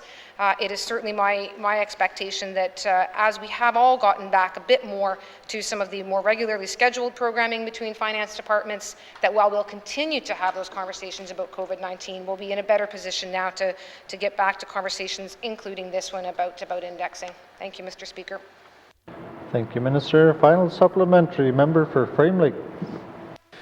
Merci, Monsieur le Président. I want to thank the Minister for that. The issue is not just about indexing, though. It's about trying to guess what the lowest airfare, return airfare is each year. I just don't know why Canada Revenue Agency just can't set what it is and tell people or make it publicly available. So it's a bundle of issues there. And I'd rather not be here next year, the year after, maybe even the year after that, bothering the finance minister about it. So I'd like to encourage her to try to work with her colleagues in Nunavut and Yukon. Maybe you can get together with them and write a joint letter, but somebody's got to start this again, this conversation, and putting some pressure on the federal government. So can the minister tell us what she's prepared to do to resolve these chronic problems with the northern resident tax deductions? Merci, Mr. Speaker. Thank you, Member for Frame Lake. Minister responsible for Finance. Thank you, Mr. Speaker. Mr. Speaker, I'm glad the question stays on the same train of thought, because I should add, officials actually have continued to engage on this topic. And so to the extent that there has been some improvement with respect to Canada Revenue Agency looking specifically to Northerners, as well as trying to simplify at least a little bit the lowest return airfare, that is the benefit of having the officials continuing to engage on the day-to-day work that does impact us. And look, I'm happy to commit to checking in with my colleagues in Nunavut and the Yukon to see if this is an issue that is of shared interest to us, and to then consider whether or not a joint letter would be appropriate. But I'll make that initial engagement first. Thank you, Mr. Speaker. Thank you, Minister. Oral questions. Oral questions. Member for Kamloops. Thank you very much, Mr. Speaker. Mr. Speaker, my questions this morning to start off are for the Minister of Health and Social Services. Does Health and Social Services plan to expand the FASD clinic to adequately support children and N.W.T adults with FASD and cognitive disabilities, including hiring caseworkers and occupational therapists? Thank you. Thank you, Member for Kamloops. Minister responsible for Health and Social Services. Yeah, thank you, Mr. Speaker. Thank you for the question. There are a number of supports in place now. If a youth is provided with an FAS diagnosis, the youth FAS coordinator will work with that person and his or her family to ensure collaboration and coordination of the response. And that could include things that the family already has in place that will remain in place. It also may include connecting the person with Inclusion N.W.T. or the Northwest Territories Disabilities Council or the Foster Family Coalition, depending on the circumstances. So there is a robust system of supports that clients are referred to. And so we don't have any plans at this point to hire more health staff to support this program. Thank you. Thank you, Minister. Oral questions. Member for Kamloops. Thank you very much, Mr. Speaker. Mr. Speaker, how many people currently living out of territory in residential care, and how many could remain home in the N.W.T. if the GNWT, sorry, I'm going to start that over. How many people currently living out of territory in residential care are there because they have FASD or cognitive disabilities? And how many would be able to be brought home if we had appropriately resourced FASD support services? Thank you. Thank you, Member for Kamloops. Minister responsible for Health and Social Services. Yeah, thank you, Mr. Speaker. The answer is to question 136, and the answer to question 2 is this area is under review by the Supported Living Review. Thank you. Thank you, Minister. Oral questions. Member for Kamloops. Thank you very much, Mr. Speaker. Mr. Speaker, I'm wondering if N.W.T. residents are funded by medical travel to participate in the FASD diagnostic clinics. If yes, how many participated in 2019 and 2020? And if not, why not? Thank you. Thank you, Member for Kamloops. Minister responsible for Health and Social Services. Yeah, thank you, Mr. Speaker. Mr. Speaker, the FASD clinic provides for the cost of travel to people to attend the clinic in the N.W.T. They have also taken the youth diagnostic clinic out to the communities of Betchco and Fort Providence so that people can directly participate there. The youth FASD clinic completed 16 assessments in 2019, 17 in 2020. The adult clinic provided for 6 individual assessments since it opened in January of 2020. Thank you. Thank you, Minister. Final supplementary. Member for Kamloops. Thank you very much, Mr. Speaker. Mr. Speaker, we all know that travel can eat up a budget pretty quickly, and that having less than 40 people having gone through the clinic, I think we could stand to maybe add some more resources to that. But will the minister commit to developing a comprehensive plan for the treatment and support of FASD and complex developmental behavioral conditions in the N.W.T? Thank you. Thank you, Member for Kamloops. Minister responsible for Health and Social Services. Yeah, thank you, Mr. Speaker. Mr. Speaker, this program is relatively new. The youth clinic has been in place for nearly 2 years, the adult clinic for just over 1 year. So we're still getting a feel for what the needs are. I feel confident that we're providing good service to the people of the N.W.T. in this area. And of course, we could certainly do more and do better, but we have a lot of pressures on the Department of Health and Social Services for spending. So we are doing the best we can for FAS at this point, and I'm sure that an evaluation will be forthcoming, as it is with every new program, but it's too early to begin evaluations at this point. Thank you. Thank you, Minister. Oral questions. Oral questions. Member for Yellowknife North. Thank you, Mr. Speaker. My question is for the Minister of Justice. When are we going to get a family day, Mr. Speaker? Thank you, Member for Yellowknife North. Minister responsible for Justice. Thank you, Mr. Speaker. There are no plans to make Family Day a territorial holiday. Thank you. Thank you, Minister. Oral questions. Member for Yellowknife North. Thank you, Mr. Speaker. It's about 3 months without a statutory holiday, depending when Easter lies, and it's a dark time of the year for many people. Are there any plans to add a statutory holiday in between New Year's and Easter? Thank you, Mr. Speaker. Thank you, member for Yellowknife North. Minister responsible for justice. Thank you, Mr. Speaker. No. Thank you, Minister. Oral questions. Member for Yellowknife North. Mr. Speaker, is there anything preventing the Minister of Justice passing a holiday? Legislatively, is there anything preventing us from creating another statutory holiday? Thank you, Mr. Speaker. Thank you, member for Yellowknife North. Minister responsible for justice.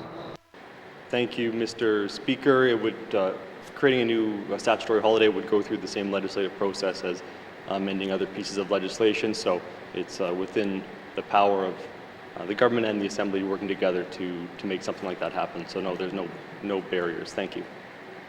Thank you, Minister. Final supplementary, member for Yellowknife North. Thank you, Mr. Speaker. Has any work been done to consult the people of the Northwest Territories about whether they would like another holiday? I really have a hard time believing that if we listen to the will of the people, that they would not want a family day. So my question, has the department done any work reviewing the number of holidays and asked the people whom we serve whether they want a family day, Mr. Speaker? Thank you, member for Yellowknife North. Minister responsible for justice.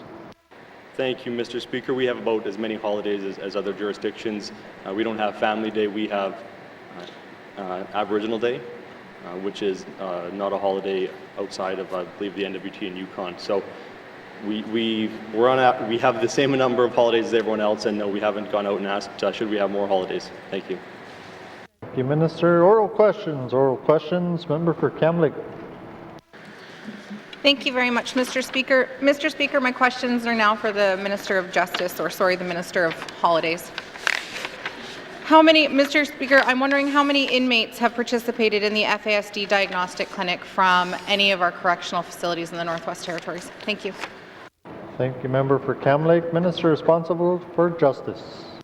Thank you, Mr. Speaker. As the Minister of Holidays, I give the member the rest of the day off. I don't have that number, but that's something we can find and provide to the member. Thank you.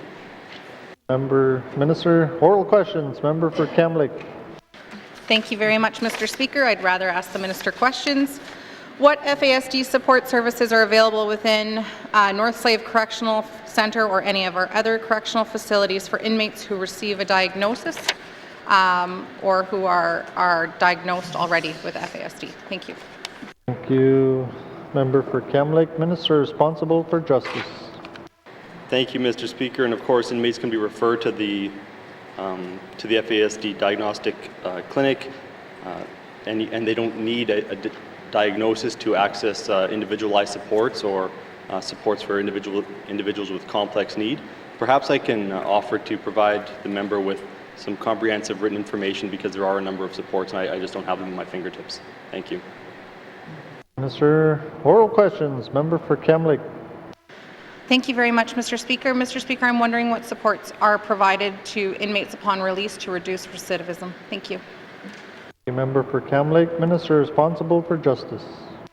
Thank you, Mr. Speaker. Upon release, former inmates work with their case managers and they identify what is available to them in their community and work with them to do everything they can to ensure that they don't come back. And it doesn't always work, obviously, and there's differences across the territory. It often depends on who you're working with and in what community you are. But again, I can provide this information to the member. Thank you. Thank you, Minister. Final supplementary. Member for Kamloops. Thank you very much, Mr. Speaker. Mr. Speaker, I'm wondering if the Minister of Justice would commit to working on an FASD services plan. Sorry, my brain is just gone today. It's been a long week, Mr. Speaker. I'm wondering if the Minister of Justice would be willing to develop a comprehensive plan for the treatment and support of FASD within their correctional centres, and if they would also be willing to include in that comprehensive plan a plan for aftercare for inmates once they are released into the community. Thank you. Thank you, member for Kamloops. Minister responsible for justice. Thank you, Mr. Speaker. Perhaps once I get all this information, I can share with the member, and we can discuss about what the next steps might be and what supports could be offered. Right now, without having that information, it's hard to stand up and say, well, this is what we need to do.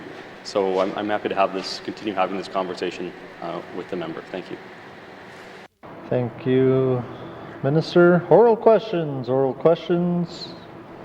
Member for Kamloops. Thank you very much, Mr. Speaker. Mr. Speaker, I'm not quite done, I think, with questioning the Minister of Health and Social Services. I understand that this program is fresh and it's new, but FASD has long been a challenge in the Northwest Territories, and I don't believe we're quite there yet and that people are getting the support that they need. And so I'd just like to ask the Minister again, will she look at creating a comprehensive plan for the treatment and support of people with FASD and complex developmental behavioral conditions within the Northwest Territories, because it is something that we really need additional supports for. The supports are not available in communities as they are in Yellowknife, and even the supports within Yellowknife are lacking and not wraparound services like they need to be. Our people need more support, not less, and not stagnant support either. Thank you. Thank you, Member for Kamloops. Minister responsible for Health and Social Services. Yeah, thank you, Mr. Speaker. Mr. Speaker, I'm certainly willing to have that conversation with the member about where she thinks the gaps in services are and what kind of supports she thinks are needed and not currently provided. So I invite her to come and talk about that. Thank you. Thank you, Minister. Oral questions. Member for Kamloops. Thank you very much, Mr. Speaker. I will have an offline conversation first. Thank you. Thank you, Member for Kamloops. Minister responsible for Health and Social Services. Take that as a comment. Oral questions. Member for Frame Lake. Merci, Monsieur le Président. I have a question for the Minister of Health and Social Services about wastewater testing. First off, I want to commend the Minister and the Department for their leadership in doing the wastewater testing. I think it's a really good early warning system that we've got in place here for the capital, the regional centres. And unfortunately, though, I've asked several times, and some constituents have raised with me the fact that there's no way of finding out about the results of this wastewater testing. So can the Minister tell me or tell the public about the status of some kind of public reporting of the wastewater testing results? Merci, Mr. Speaker. Thank you, Member for Frame Lake. Minister responsible for Health and Social Services. Yeah, thank you, Mr. Speaker. As the member said, the wastewater surveillance has helped us to detect cases in 3 communities, and so it's proved a very effective system. At this point, the samples are sent to the National Microbiology Lab in Winnipeg, so there is some lag in getting test results back. It's our hope that we will be able to invest in the Taiga Lab here in Yellowknife to examine those wastewater samples and provide more timely responses on them. That said, I'm not aware that the dashboard has been set up or that it will be set up until that new system is in place. Thank you. Thank you, Minister. Oral questions. Member for Frame Lake. Merci, Monsieur le Président, and I want to thank the Minister for that. And look, as I said before, this is a great system, and I really do truly appreciate the work that's gone into setting it up. I'm just wondering, though, in the dashboard, could we have something like the presence or absence of COVID and whether the levels are constant, increasing or decreasing? Is that the kind of information, and the dates of the tests, is that the kind of information that could be put on the dashboard when it's available? Merci, Mr. Speaker. Thank you, Member for Frame Lake. Minister responsible for Health and Social Services. Yeah, thank you, Mr. Speaker. Mr. Speaker, I would have to inquire about the level of detail that is being contemplated for the dashboard. I think that we would want to have the dashboard launched with some public education about how to interpret the results so that the results don't create panic in communities that are being reported on. But certainly I'm willing to inquire about what the dashboard is going to look like. Thank you. Thank you, Minister. Oral questions. Member for Frame Lake. Further. Thank you, Member for Frame Lake. Oral questions. Member for Haverhill South. Thank you, Mr. Speaker. I have questions for the Minister of the Housing Corporation. Can the Minister confirm when Hay River can expect more public housing units? Thank you, Mr. Speaker. Thank you, member for Haver South. Minister responsible for housing. Thank you, Mr. Speaker. Right now, the Housing Corporation has constructed, or is in a process right now of constructing market housing units. That is an RCMP initiative. Presently, we don't have any future public housing units to be allocated for the community of Hay River. But in result, we are working with the homelessness strategy in the community and looking at finding long-term solutions. Thank you, Mr. Speaker. Thank you, Minister. Oral questions, member for Haver South. Thank you, Mr. Speaker. Hay River's in dire need of housing for single families, for single people, for larger families, and people have been waiting there for. I've been on the waiting list for up to 3 years. So we've got to look, I guess, outside the box on this and figure out how to get more housing in there. Is the minister willing to consider talking and using the private sector to build housing that could then be leased back or used for public housing? Thank you, Mr. Speaker. Thank you, member for Haver South. Minister responsible for Northwest Territories Housing Corporation. Thank you, Mr. Speaker. I just want, I appreciate the member's comment, and I just, looking at this approach is different, and I would like to look at unique opportunities throughout the Northwest Territories. And if we have an opportunity with private sector, I would like to take a look at that. And also just looking at, for the city of Yellowknife, that we do hold a number of leases already within the apartments that are established here. So I would like to follow up with the member. I'm quite interested in that approach. Thank you, Mr. Speaker. Thank you, Minister. Oral questions, member for Haver South. Thank you, Mr. Speaker. Right now we have a high-rise in Hay River with 122 apartments, and I'm not sure if there's something we can do to get that up and running. It would alleviate some of the housing concerns in Hay River and help out the Housing Corporation. Can the minister confirm where we may be with making any headway working with the owner to get that operational again? Thank you, Mr. Speaker. Thank you, member for Haver South. Minister responsible for housing. Thank you, Mr. Speaker. The Hay River High Rise is a collaborative approach throughout the government departments, and right now we do have an initiative that we have spoken with the management of the High Rise and looking at a possible co-investment fund application and how we are going to be working with that applicant to making sure that that application is successful. Thank you, Mr. Speaker. Thank you, Minister. Final supplementary, member for Haver South. Oral questions, member for N.W.T. Lakes. Thank you, Mr. Speaker. I have one question for the Premier, and if I get the answer that I'm looking for, then I won't have any further questions. Would the Premier have the discussion with all of her Cabinet colleagues to ensure that their departments follow the affirmative action this summer and every summer after for the N.W.T. Summer Student Program? Thank you, Mr. Speaker. Thank you, member for N.W.T. Lakes. Honourable Premier. 12 minutes now. Mr. Speaker, that is probably the easiest answer. We've been having those conversations at our table on a regular basis. So yes, I will absolutely commit to having that conversation. Thank you, Mr. Speaker. Thank you, Honourable Premier. Oral questions? No, nothing further. Oral questions, member for Haver South. Thank you, Mr. Speaker.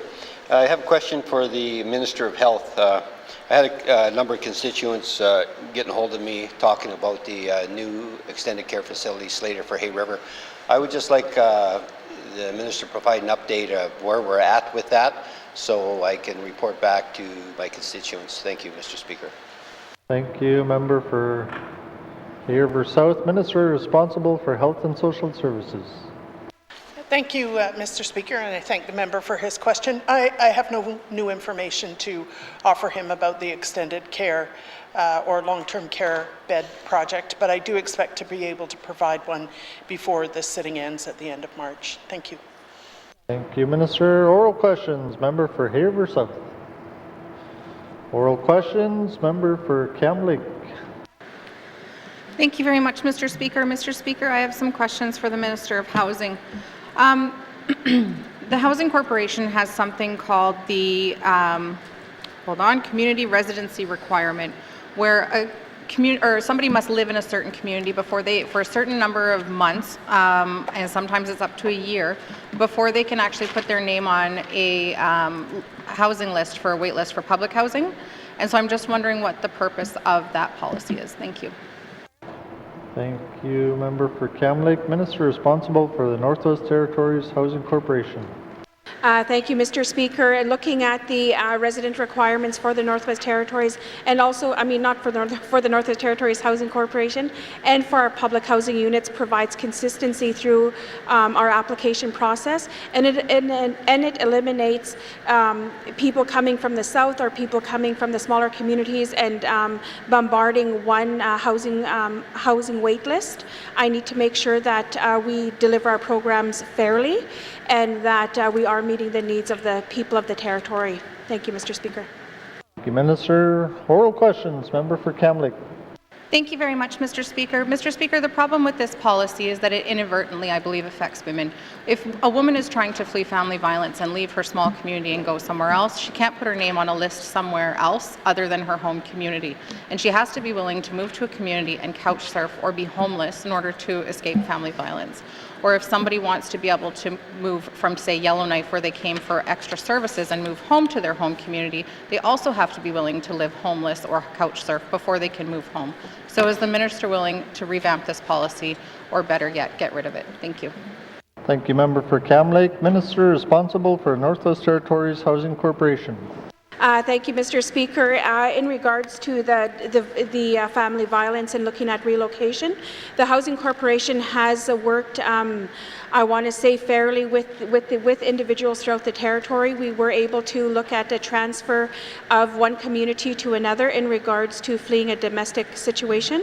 And I will take a look at that policy, and I will make sure that we do recognize this situation when we're looking at reallocation or transfers. Thank you, Mr. Speaker. Thank you, Minister. Oral questions. Member for Cam Lake. Thank you very much, Mr. Speaker. Mr. Speaker, is the minister willing to consult with the Standing Committee on Social Development with this one? Thank you. Thank you, Member for Cam Lake. Minister responsible for housing. Thank you, Mr. Speaker. Once I do have the conversation with my department, because I just made this commitment on the floor, so I will be speaking with my department prior to requesting a meeting. Thank you, Mr. Speaker. Thank you, Minister. Final supplementary. Oral questions. Member for Mumphrey. Mr. Speaker. Mr. Speaker, Thank you, Mr. Speaker. We have Highway 3 leading to our community, and I'd like to ask a question regarding that to Minister of Finance. When we have no cell service between these two communities. The people I represent are asking me questions regarding this, so I'm asking her these questions. I just have a quick question for Minister of Finance. We had 2 weeks ago, Monday, we had a meeting in Bishopcombe on the cell service, lack of cell service. So there was an expression of interest that went out. Can Minister please explain what it means by expression of interest? My constituency, they like to know exactly what's going to be taking part and the process itself. Mr. Speaker. Thank you, Member for Mumphrey. Minister responsible for Finance. Thank you, Mr. Speaker. So, Mr. Speaker, the expression of interest is a tool that we're using right now in the Department of Finance, essentially to suss out what the options might be. We're looking, an expression of interest is just that, to go out to the private market and see what options they may have, what ideas they may have available to us, so that indeed, we can look for a solution to this problem. As I've said before in the House, there's not an obvious market solution. There's no profits to be made or gained from opening up cell towers. But technologies are constantly changing, technologies are emerging, and it is certainly incumbent on us to make sure that we go out, see what's available, and that's the first step of this expression of interest. Where the Deputy Minister of Finance was at the meeting that was called by the Clute Show, as was the Deputy Minister from Infrastructure, and that was an exceptional first step to start to bring together the Cleacho government, the government of Northwest Territories, and other stakeholders. I think there were members of the private market, private service there as well at that meeting. So that was, I understand it was a good dialogue had.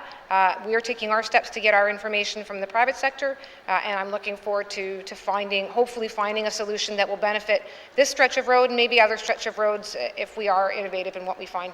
Thank you, Mr. Speaker. Minister, oral questions. Member for Mumphy. Mr. Speaker. Mr. Speaker, the meeting we had was very productive. I'm glad that the ministers sent their senior staff to attend. And these constituents that travel on a daily basis, there's upwards of 53 for one organization between Bishopcombe and Yellowknife. So I'd just like to know the time frame. Expression of interest went out 2 weeks ago. Where is it at? And on the process itself, if there can be some timelines pertaining to that, Mr. Speaker. Merci. Thank you, Member for Mumphy. Minister responsible for Finance. Thank you, Mr. Speaker.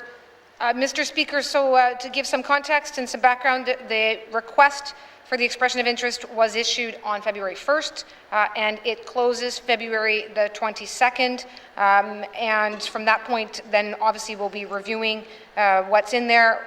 We would expect to review those proposals then beginning on February the 28th, and would have to conduct some internal reviews and no doubt engage with stakeholders further before anything further might take place. Hopefully we'd be in a position, subject to those reviews, to be soliciting for formal proposals if we do indeed go that direction by the summer. Thank you, Mr. Speaker. Thank you, Minister. Oral questions. Member for Mumphy. Oral questions. Member for Haver South. Thank you, Mr. Speaker. Mr. Speaker, this government spends a lot of money on sending people south for addiction treatment. And when they come back, there's, we have resources to support them. But one thing I've heard from some of the people is that they're looking for a place to go, whether it be for a day, an hour, a week, when they feel where they may relapse. So I would like to ask the Minister of Health if she's willing, if her department is willing to take a look at maybe identifying a center or addressing that somehow, so people don't have to leave the Northwest Territories when they feel like they're going to relapse, but where they have a place to go, a safe place to go and get some treatment. Thank you. Thank you, Member for Haver South. Minister responsible for Health and Social Services. Yeah, thank you, Mr. Speaker. Mr. Speaker, that's an interesting idea. And I understand the intent there to sort of have what they're now calling a circuit breaker. So that if somebody has had a slip, that rather than going back into a full 28-day treatment program, that there be a shorter, a more immediate intervention. So that's something I'd certainly be interested in talking to the member about. Thank you. Sir, oral questions. Member for Haver South. Thank you, Mr. Speaker. And I thank the Minister for considering that. And what I would expect is that, we don't look at it being in just one community. I don't expect we have to spend a lot of money on it, but, we should have something in the south and something in the north as well, just so that, people have easy access. And so I just ask the Minister that, that she consider that as well. Thank you, Mr. Speaker. Thank you, Member for Haver South. Minister responsible for Health and Social Services. Yeah, thank you, Mr. Speaker. Mr. Speaker, we are currently looking at ways to strengthen aftercare. As you know, we've just started with our survey of people who have used our services to find out how well they've worked, what else could be done. So this is something we'll certainly put into the consideration. It is a serious commitment of our mandate to improve aftercare services, and this is a potentially promising way of doing that. Thank you. Oral questions. Member for Haver South. Oral questions. Written questions. Written questions. Replies. Returns for written questions. Replies for returns for written questions. Sorry, must be Friday. Replies to Commissioner's address. Replies to Commissioner's address. Petitions. Petitions. Reports of committees on the review of bills. Reports of committees on the review of bills. Reports of standing and special committees. Reports of standing and special committees.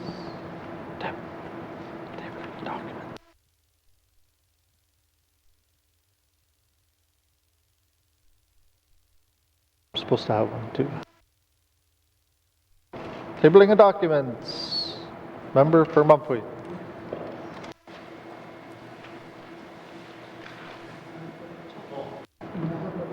Member for N.W.T. Committees under review of bills, Mr. Speaker. Thank you, Mr. Speaker. Your committee would like to report the consideration of Bill 3, an Act to amend Public Highways Act. Bill 3 received second reading in the Legislative Assembly on March 13, 2020, and was referred to the Standing Committee on Economic Development and Environment for review. On February 10, 2021, Standing Committee held a public hearing with the Minister of Infrastructure on the bill and completed a clause-by-clause review of the bill. Mr. Speaker, the committee reports that Bill 3, an Act to amend the Public Highways Act, is ready to consideration of Committee of the Whole as amended and reprinted. Thank you, Mr. Speaker. Thank you, Member for N.W.T. Reports of committees on the review of bills. Reports of committees on the review of bills. Reports of standing and special committees. Reports of standing and special committees. Tabling of documents. Tabling of documents. Member for Mumphrey. Mr. Speaker. Mr. Speaker, I'd like to table a document today dated January 8, 2021 to the Honorable Premier Caroline Cochrane. N.W.T officials travels to non-essential purposes from Grand Chief of Dehcho First Nation. Merci, Mr. Speaker. Thank you, Member for Mumphrey. Tabling of documents. Tabling of documents. Pursuant to Section 23 of the Official Languages Act, I wish to table the office of the Language Commissioner for the Northwest Territories Annual Report 2019-2020. Tabling of documents. Tabling of documents. Notice is a motion. Notice is a motion. Motions. Motions. Member for Frame Lake. Merci, Monsieur le Président. Whereas the Standing Committee on Rules and Procedures and Committee Report 6-19(2) considered the question of remote sittings of the Legislative Assembly and made recommendations regarding changes to the rules of the Northwest Territories Legislative Assembly. And whereas on November 5th, 2020, the Committee of the Whole adopted all the recommendations contained in Committee Report 6-19(2), and whereas the current rules of the Northwest Territories Legislative Assembly were adopted on December 10th, 2019, and whereas a copy of an amended rules of the Legislative Assembly of the Northwest Territories, which includes the rules for remote sittings, was tabled on February 10th, 2021, and identified as table document 305-19(2). Now, therefore, I move, seconded by the Honourable Member for Nahande, that this Legislative Assembly repeal the rules of the Northwest Territories Legislative Assembly originally adopted on December 10th, 2019, and adopt the newest version of the rules of the Legislative Assembly of the Northwest Territories, identified as table document 305-19(2), and further that the new rules of the Legislative Assembly, upon adoption of this motion, come into effect immediately. Merci, Mr. Speaker. Thank you, Member for Frame Lake. Motion is in order to the motion. Question has been called. All those in favor? All those opposed? Any abstentions? The motion is carried. Motions. Motions. Notice is a motion for the first reading of bills. Notice is a motion for the first reading of bills. First reading of bills. First reading of bills. Second reading of bills. Second reading of bills. Consideration in Committee of the Whole of bills and other matters. Committee Report 8-19(2). Member Statement 77-19(2). Table Document 165, 166, 167, and 286-19 brackets 2 with member for Nevick-Twin Lakes in the chair.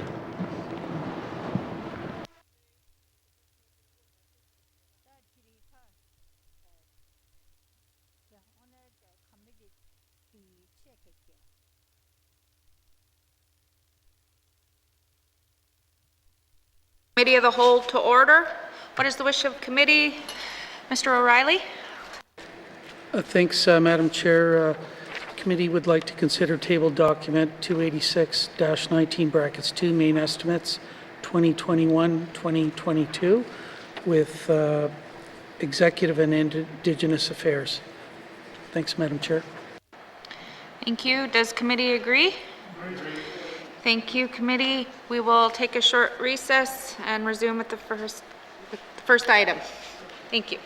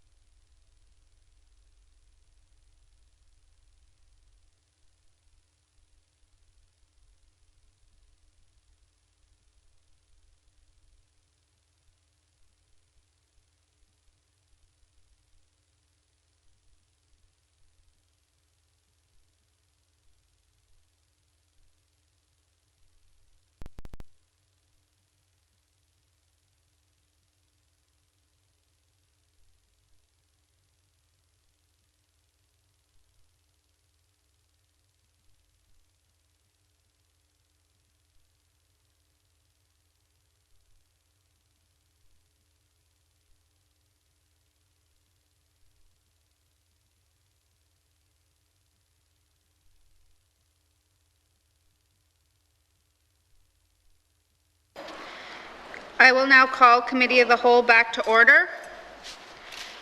Committee, we have agreed to continue on with Executive and Indigenous Affairs, and we will continue on page 126, Indigenous and Intergovernmental Affairs Operation Expenditures. And I will turn it over to, oh, sorry, Madam Premier, do you have, are your witnesses here? Thank you, Madam Chair. Yes, I have witnesses. Sergeant at Arms, please escort the witnesses into the chamber.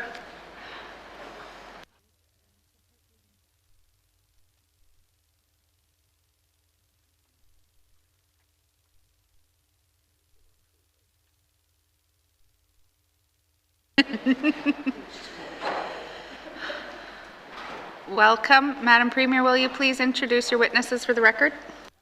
Thank you, Madam Chair. With me today, I have Mr. Martin Goldney, the Secretary to Cabinet and the Deputy Minister of Executive and Indigenous Affairs, and Ms. Amy Kennedy, the Director of Shared Corporate Services for Executive and Indigenous Affairs. Thank you, Madam Chair. Thank you, Madam Premier. Welcome. Welcome back. And member for Frame Lake. Thanks, Madam Chair. There's three areas I'd like to question on page 126. Maybe I'll start with the lines around implementation, intergovernmental relations, and negotiations. There's no increase in any of those lines. You know, I was in the 18th Assembly. The candidate who eventually became the Premier promised that all of the ongoing negotiations were going to be completed in the 4 years. You know how many agreements we actually reached in 4 years? One. It was an agreement in principle for self-government in Norman Wells for the Métis local there. One agreement in 4 years. Madam Chair, I don't want to be back in that position at the end of this Assembly. And I continually hear from negotiators, people involved in the negotiations with Indigenous governments, that the problem now at the table is N.W.T. It's not the federal government anymore. They're a minor player for the most part. The problem is our government. That's really not a great place to start with. I know that we have a new cabinet. They promised new things, but there's nothing to deliver on that promise in this budget. No additional resources. So anyways, my question for the minister here is, do the negotiators at any of these tables have new mandates that have been developed by this cabinet to try to move this forward? And why is there no new money in here to try to help move these negotiations along? Thanks, Madam Chair. Thank you, Madam Premier. Thank you, Madam Chair. So at the beginning of this Assembly, we did have a presentation to the Executive on the negotiations. They do have mandates. They know exactly what they're in. As stated yesterday, Madam Chair, the difficulty is that when they can't do, when it becomes to financial monies, etc., they need to actually come back to the Executive for approval. The negotiators are not executive. They do not have that authority to make excessive decisions without a cabinet approval. So that's a common process. In the last government, if they said that they would all be done, probably not the best commitment to make on the floor. We never committed to that. But we've spent this last time, why is there no new money? So we've spent the last year and a bit that we've been in the government actually working on those relationships. Again, because of COVID-19, it's allowed me to actually meet more regularly with Indigenous governments. We've built relationships. We've had governments come to us that said they weren't going to work with us, and because of the relationships that we formed over this new government, they're coming back to the table. So I have hope that within this government we won't, I'm not, we would have them all done, but you will see progress within this government. And if we need extra money because of that, then I will go back to the Executive and ask for supplementary funding. But at this point, Madam Chair, I don't see that we need it. I think that the negotiations are going fairly well considering the detail and the the difficulties with negotiations. Thank you, Madam Chair. Thank you. Member for Frame Lake. Thanks, Madam Chair. Yeah, look, I'm happy to work with the Premier and this Cabinet on this, but I'm going to narrow my question right down. Have new mandates been provided to any of the negotiators since this Cabinet came in? Thanks, Madam Chair. Yes or no? Thank you, Madam Chair. Thank you, Madam Premier. Thank you, Madam Chair. It's difficult to say, and I'd like to say yes or no. I hear the member wants that, but it's difficult to say exactly what the mandates were before. I never had privy to that. So what they have is there's 3 areas of negotiations that they have, and like I said, in those areas, it's a trilateral negotiations. It's the federal government, the Indigenous government, and ourselves, land quantum, royalties, and cash.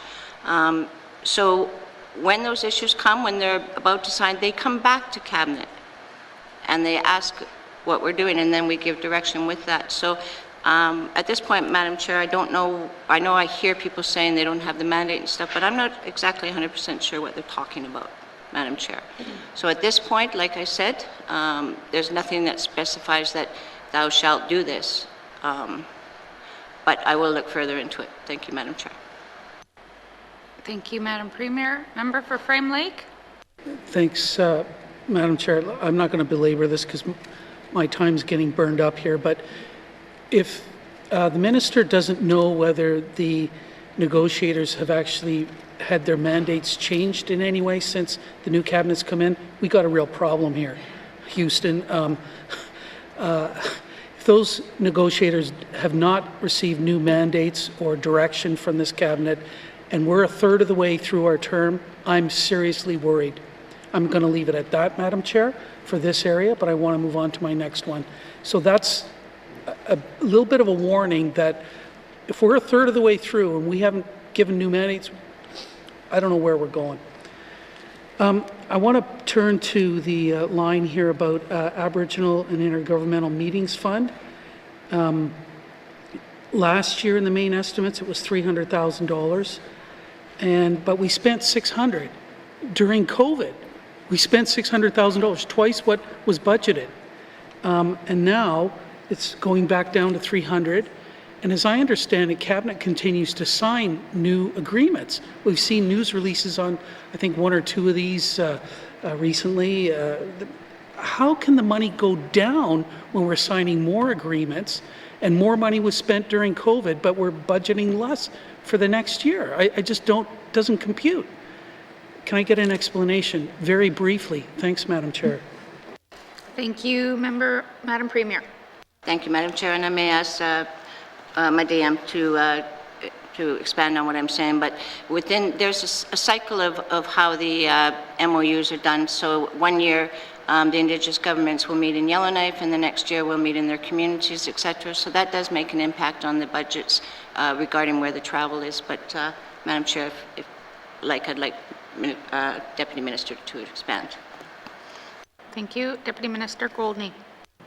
Thank you, Madam Chair. And with that particular fund, the N.W.T provides those funds directly to Indigenous governments to support their participation in meetings. And it was recognized this year. There was an expectation, particularly given the engagement required during the pandemic, that Indigenous governments needed extra support. So that was why there was an increase identified for that period. If we do find that there is increases required, we can certainly revisit those needs, but that was the rationale for that increase for that period. Thank you, Madam Chair. Thank you, Deputy Minister. Member for Frame Lake. Thanks, Madam Chair. I guess I'd like to respectfully say that if it was increased during a year with COVID, we're probably going to need more money for the year coming up, but I'm going to leave it at that. I want to move on to federal engagement, where the positions, the support money for that office in Ottawa has been cut. I was skeptical of that work to begin with in the last Assembly, but I guess I pushed this with the Premier, some of my colleagues on the other side, several times about the importance of not just meeting with a party that is in political power, that holds the majority in the House of Commons. We're now in a situation where it's a minority government. There's going to be an election probably within the next year. And I don't know, I heard from the Minister of Education, Culture and Employment the other day that his job is not to talk to the opposition parties. I'm sorry, Cabinet's job is to talk to the opposition parties when they go to Ottawa, not just the party in power, because guess what? A year and a half from now, they may not be in power. So you want to try to, and if we want to have any influence on federal policy, you've got to work with the opposition parties. They're the ones that raise issues in the House of Commons and so on. So I want to hear from the Premier directly. What is our position and approach in working with opposition parties in the federal House of Commons? Thanks, Madam Chair. Thank you, Madam Premier. Thank you, Madam Chair. So the protocol within the N.W.T is that ministers deal directly with federal ministers applicable to their portfolios. The Premier deals directly with the Prime Minister or the leaders of parties as appropriate. So yes, the ministers haven't met. We don't know who the ministers of the opposition will be, but we do know who the leaders will be. And so I have made phone calls to all of the leaders of the oppositions, and we're lining them up again. We will continue to have phone calls, making sure that each party that will be putting their name forward understands the needs of the North, and as many commitments as I can get from them, then that is our goal. So I am meeting regularly and will continue to meet regularly with the opposition members as well as the party in power at this point. Thank you, Madam Chair. Thank you, Madam Premier. Member for Great Slave. Thank you, Madam Chair. First off, I just wanted to make a comment that I'm glad to see this is the one area where the travel budget has gone down for once. So perhaps there's been a little bit more of a COVID lens put on that one. As well, too, I'm really happy to see that there's an increase in funding, or well, more than was spent in 2019 towards the Métis organizations. I guess my question is around the N.W.T Friendship Centers and the fact that we're no longer funding money there. I know that I've been approached by Friendship Center, EDs, etc., asking for that funding to continue. I think the Friendship Centers in the North do really good things, and I'm just curious to understand why we've gone from funding at $250,000 in 2019-20 to nothing. Thank you, Madam Chair. Thank you, Madam Premier. Thank you, Madam Chair. I do remember when it was in the last assembly, and I was part of that assembly. So the original intent of the $250,000, need to put my glasses back on, was to actually build capacity for the friendship centers so that they could access other sustainable funding. The goal was that they would hire a coordinator, and that person's job would be to actually solidify funding. Sadly, Madam Chair, I'm not sure if that happened as much, but what I can say is that the Friendship Centre has met with Cabinet, has presented to us on their needs. So it's more than, my worry is it's more than just throwing money. We need to work with these Friendship Centres to, if we gave them money, $250,000 to develop a position so that they could actually build capacity for fundraising, and that didn't work, Madam Chair, then I think we need to reach out to them as well and see what other support we can give them. Perhaps it's proposal writing, perhaps it's business, so it's more than just money. Thank you, Madam Chair. Thank you, Madam Premier. Member for Great Slave. Thank you for that. I agree that we don't want to just give people money and set them up for failure. However, to go from such a large amount to nothing, and then just from the conversation I've had with them, it sounds like this isn't just a matter of like, that this is hurting them and their bottom line and their ability to deliver services. So while maybe that 250 was a one-time thing to do a certain role, they are crying out for money and funding, and they provide good services. So I would like to encourage the Cabinet to think about adding a line here for at least to give them some additional funds, particularly in light of COVID. This will probably be a pretty self-explanatory question, but could the department explain, so I'm looking at the special events funding to Indigenous organizations. We've always been, it looks like it's a typical budget of $50,000 a year, and obviously was less in 2019 2020, and I'm guessing that has to do with the cancellation of certain events. Is the department looking at any way to increase this past the 50,000 or to help communities to adapt or change their events to a virtual forum, or to make them more socially distant, or we've seen adaptations to drive-through type scenarios, although that does increase greenhouse gases. So I don't know if that's our solution. So I'm just curious to know if the department's looking at anything like that. Thank you. Thank you, member. Madam Premier. Thank you, Madam Chair. So this one is actually, there's two events that we usually support. One is the Aboriginal Days, and the other one is Treaty Days. So, the member is absolutely right, Madam Chair. Things are different, and they might be different this summer, but the budget is there, and we need to be flexible. So, I'll reach out to them, because if they are looking at other methods, then absolutely we need to be flexible to be able to work with them. If they're looking at virtual, we will still provide it. We're not funding, the funding does not say this is what thou shalt do. The funding is to support the event. And if they're doing the event anyway, then I don't see any reason that we would say no. Thank you, Madam Chair. Thank you, Madam Premier. Member for Great Slave. Thank you, Madam Chair. Yeah, I would actually even ask maybe a little bit further, is that if this funding is not accessed for specifically National Indigenous Peoples Day or the Treaty Days, that you do just open it up as a general pot to the communities to put on well-being events or high spirits type events. I can't get my language right after 5 days of this, but I really do think that the more the government can do to raise the spirits of our people by funding events in communities that not only will put dollars into those communities, they have an effect of raising people's spirits. And I think we're going to need to see that more and more over the next few months. I'm already hearing people fatigued with winter, and we're only at February 12th. So I think it's just only going to get worse. So more of a comment than anything. That's all, Madam Chair. Thank you, member. Madam Premier. Thank you, Madam Chair. Again, COVID-19 is a time of exceptional situations. I do agree with the member that we need to be flexible. So if the organizations that don't traditionally access this don't need all of the funding, then yes, I think that we should be able to do other wellness. It's more than just celebrating Indigenous, although Indigenous rights and treaties, etc., are critically important, but if they're not going to access it all, we should be looking at other events, cultural events, I'll call them, so that they fit within my line budget. Thank you, Madam Chair. Thank you. Member for Great Slave. Oh. Member for Hay River South.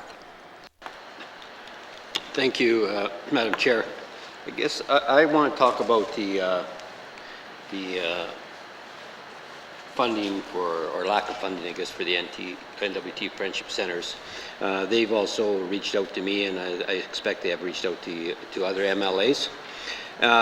We talk about, they were provided the money, $250,000 for capacity building. In reality, we know the issues that they have to deal with on a daily basis. With the limited amount of funds they have, and they try and stretch those dollars. And when I hear that, we don't want to set them up for failure, that's usually, those terms are usually used when we're talking about Aboriginal organizations or people. And I think with COVID, I think the Friendship Centers have actually proved their worth. And the $250,000 that they received is minimal. And like one person once told me, is that if you want money, ask for lots, and people will probably give it to you. If you ask for too little, they won't give it to you, or they will drag it out, because a little amount they can wrap their head around, the big amount they can't. I think we have to look at, the organization for what it is, and that's to provide services to not only Aboriginal people, but people in the community. And I don't think it's incumbent upon us to tell them, how to use that money. I know they have to put in a proposal, and it's government money and that, but it's not like that they go out there and waste that money. They spend, the money that they spend and the funds they get are important to the communities and to the people. So I would just ask the Premier to, have the department just take a real hard look at this. And, it's 250,000, and, we just knocked off, 300,000 off Aboriginal consultation and relations. And so, I think the funds are there, and they will go to good use. Like, I have no doubt about that, and I think the Premier realizes that as well, and the rest of the members here. So, I would ask that, that the department make a commitment to providing something to them. We need some good news stories out there, and especially to organizations that are doing good for the people in the north. So I'd just like the Premier to comment on that and say, yeah, we'll give them some money. Thank you. Thank you. Madam Premier? Madam Chair, absolutely. There is no doubt that friendship centres provide a valuable service. All of our NGOs out there are providing exceptional services and usually more cost effective than the N.W.T. No disrespect to our own N.W.T. They usually don't have as many unions and cost, etc. We do have an exception, I remember what it's called, but an exceptional funding pot. Perhaps I can look within that. We're still trying to deal up a policy, but I believe there's still some funding in that. Madam Chair, I'm not making a solid commitment, but I make a commitment that I will certainly look into it and see if there's areas that I can find to support the friendship centres. Thank you, Madam Chair. Thank you, Madam Premier. Member for Hay River South.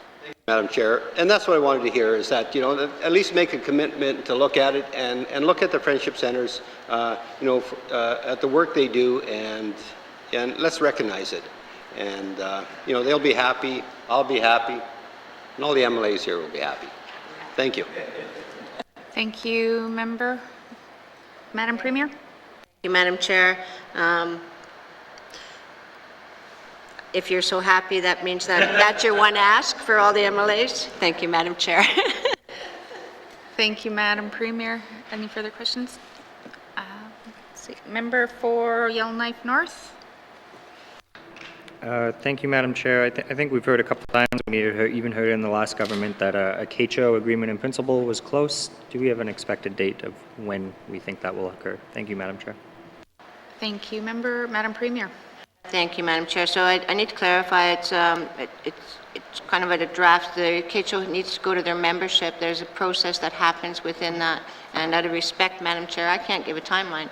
They need to go back to their membership. They need to talk about what the offer is on the table, and then they need to come back. I want it done. I want it signed. I do believe that self-government is the right answer. I've said it many, many times, that if we support self-governments, it helps us. The more money that they have, the more jobs they can get for their own membership, the less people that are struggling, especially in small communities, would be in our housing programs and our income support. So my goal is to sign it within this assembly, but my respect is that I will not push any Indigenous government to hurry it based on my timeline. I need to respect the process that they are in right now. Thank you, Madam Chair. Thank you. Member for Yellowknife North.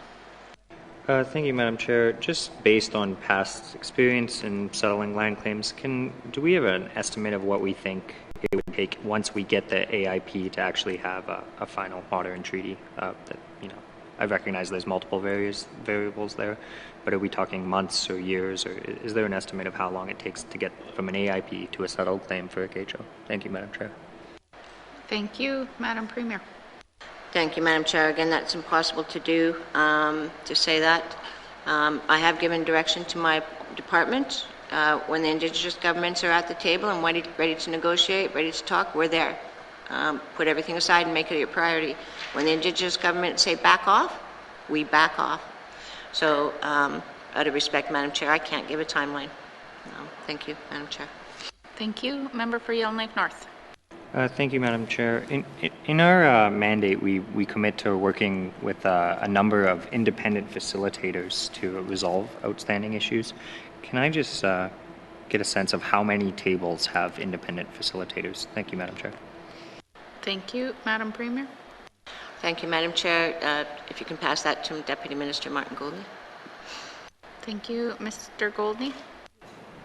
Thank you, Madam Chair. And we have had the benefit of some facilitation in the form of a court-monitored process for the Dennis Soulinet. That did, I think, lead to some success. We haven't got agreement in other tables to use facilitation yet, which I take as, frankly, a bit of a vote of confidence that they prefer to continue with the negotiation processes that we have for now. But if it turns out that the parties see value in having facilitators brought in, we're prepared to do that. Thank you, Madam Chair. Thank you. Member for Yellowknife North. Thank you, Madam Chair. So in the previous assembly we had, I wouldn't necessarily call them facilitators. There were people who essentially reviewed the land claims. I think most notably the Tom McIsaac report on. Do we have any tables where we have asked for some sort of third-party review of the process to provide suggestions? Is that a strategy this government is employing again? Thank you, Madam Chair. Thank you. Madam Premier. Thank you, Madam Chair. So again, at this point, I've been focusing on building relationships, and so far, Madam Chair, it's working quite well. Like I said, governments that said we don't want nothing to do are coming back to the table. Trust is critically important, and the belief in the leader is critically important. So we don't have any specific work groups or anything that are working on that, except, Madam Chair, we have the Indigenous and Reconciliation Committee that, Madam Chair, you are the chair of, and part of that goal is to, within the term of this government, to give us recommendations on how we can move forward. It's my understanding of that focus. Thank you, Madam Chair. Thank you, Madam Premier. Member for Yellowknife North.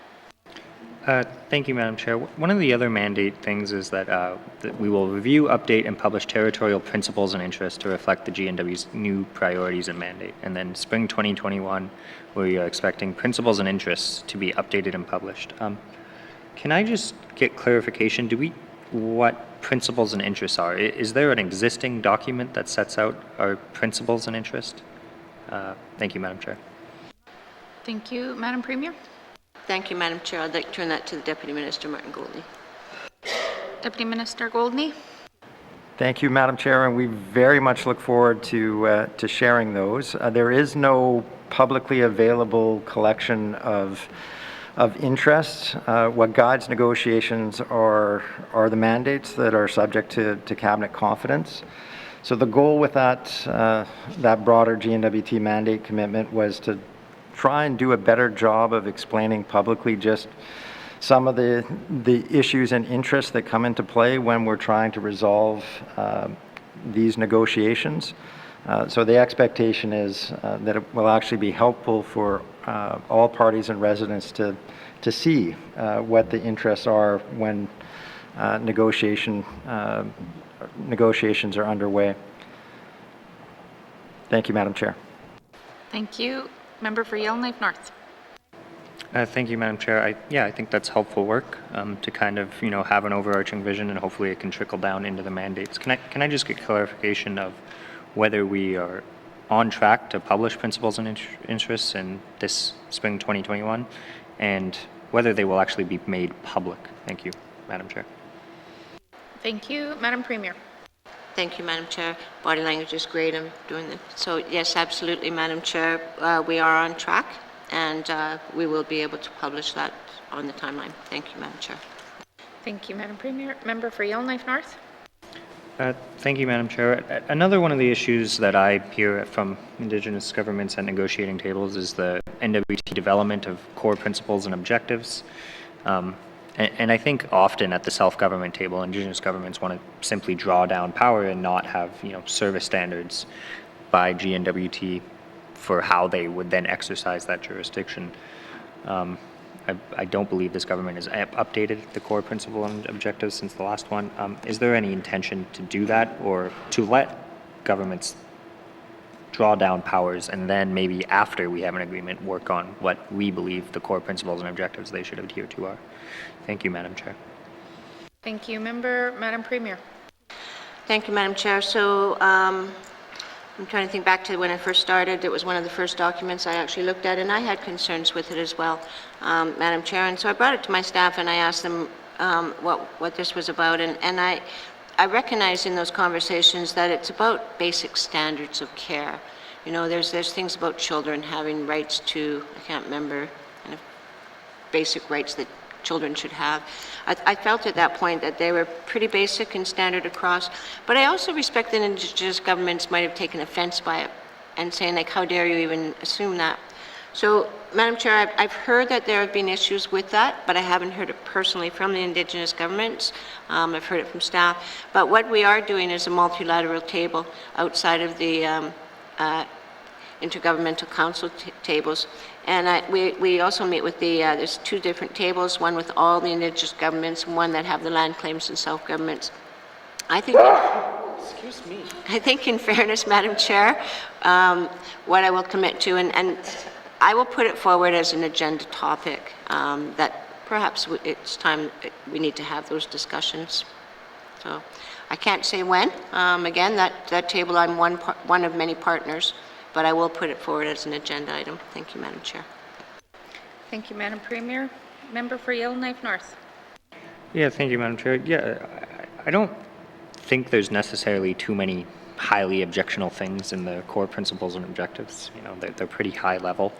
But I do think there are program models that necessarily wouldn't fit into them. And I guess the problem I see is that this is a discussion to me that should come after you have self-government and after the Indigenous government has funding and is setting up the programs. We should be working with them and making sure that providing assistance. I don't think it's appropriate. I think the order is out of place where it is conditional that these be adhered to in order to draw down power. So I guess my question is that outside of bringing it to the cabinet table and having a discussion about changing these, are we willing to presently give Indigenous governments self-government powers without having them agree to the core principles and objectives first? Thank you, Madam Chair. Thank you, Member. Madam Premier. Thank you, Madam Chair. Again, I'd like to be able to say yes or no, but I think, Madam Chair, in that situation, it does deserve a discussion with the Indigenous governments before I make that. There are reasons on both sides, Madam Chair, that I think that these were put in place. I'm not sure where Canada, I think Canada has a place in that as well, but I do commit, Madam Chair, that I will revisit that not on my own, but with the Indigenous governments around the table. And that shall be a discussion we'll have in the term of this government. Thank you, Madam Chair. Thank you, Madam Premier. Member for Decho. Merci, Madam Chair. I just want to support comments made by a couple of the members regarding N.W.T. friendship centers. I know in my community they can provide a lot of services to lots of folks that aren't working at this time, whether it be sewing centers or else awareness of like COVID, other different issues, family violence and whatnot. So there is I see a real need for that one there because it can create employment in a small community too. Whereas now they don't have a whole lot of funding to be able to do that, and anything that they can get, for the friendship centers can really help in that regard. I just wanted to make that comment there. And the other one is the special events or National Indigenous Peoples Day. That's what it's being called now, I guess. Like 50K, I don't know how much that stretches out to all the communities. Because not too many bands are in a good financial situation, very low, and they aren't able to host like a large celebrations where they can offer more, because this day and age now, even to host a drum dance, all the drummers want to get paid good.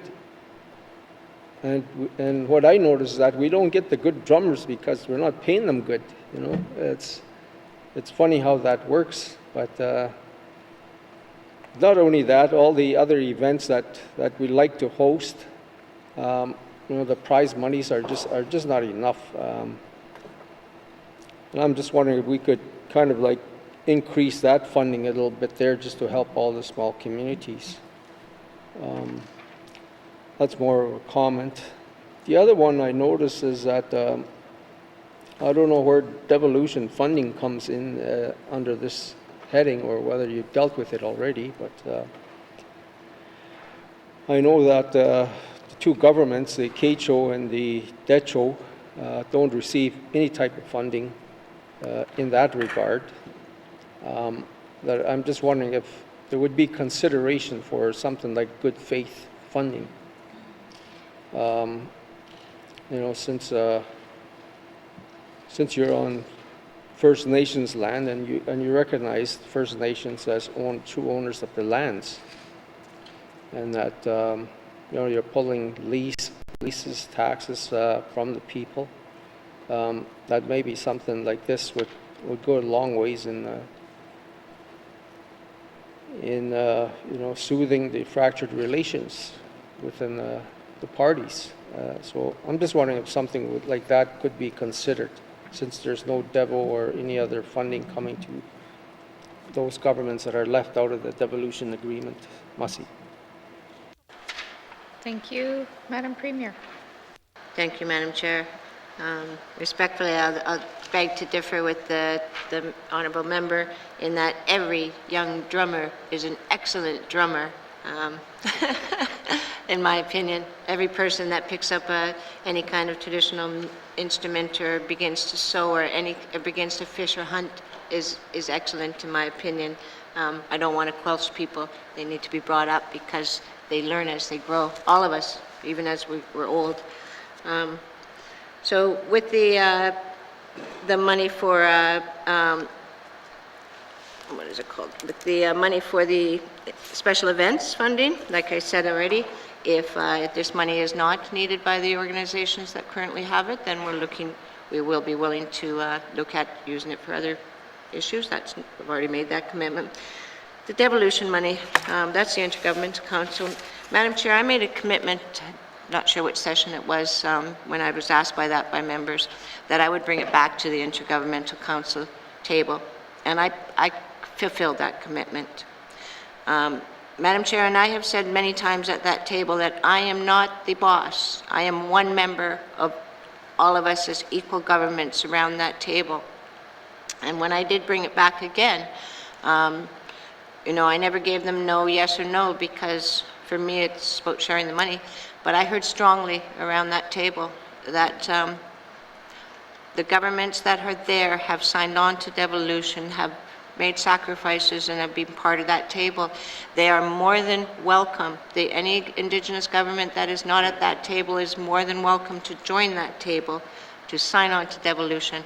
But until that happens, the Indigenous governments around that table told me strongly that they did not want this to go further. So, Madam Chair, I carried the message that I committed to, and I carry back and I relay the message that was given to me by all of the Indigenous governments around that table. Thank you, Madam Chair. Thank you, Madam Premier. Member for Decho. No further comments, Masi. Thank you.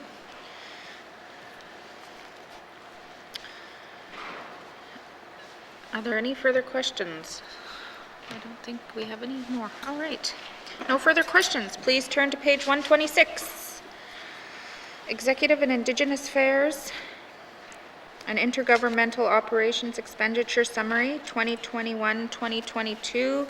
Main estimates, $7,491,000. Does committee agree? Agreed. Thank you, members. Please return now to the departmental summary found on page 109.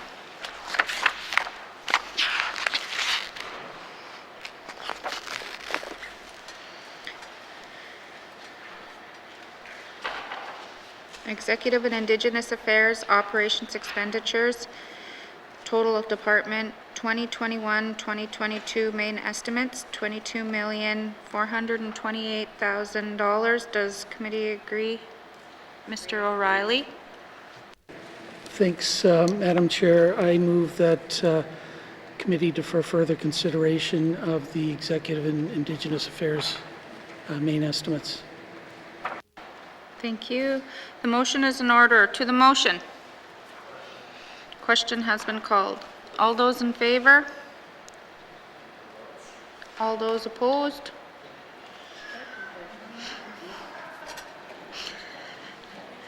Abstentions? The motion is carried. Consideration of the Department of Executive and Indigenous Affairs 2021-2022 main estimates operation expenditures. Total department is deferred.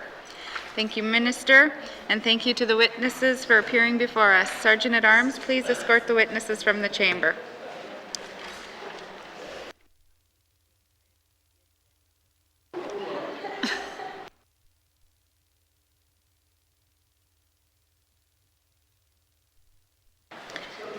What is the wish of committee? Mr. O'Reilly? Thanks, Madam Chair. I move that the chair rise and report progress. Thank you. There's a motion on the floor to report progress. The motion is in order and non-debatable. All those in favor? All those opposed? The motion is carried. I will now rise and report progress.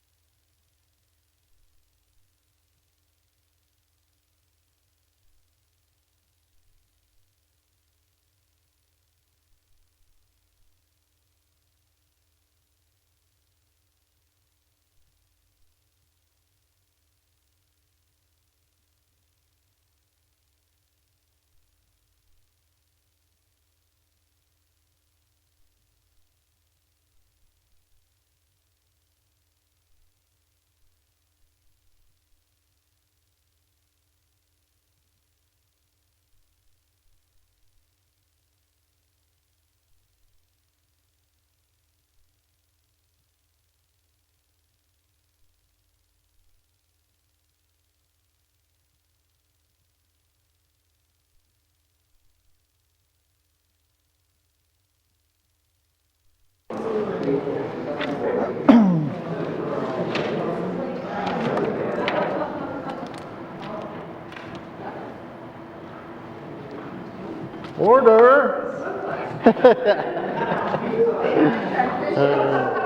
May I have the report, please?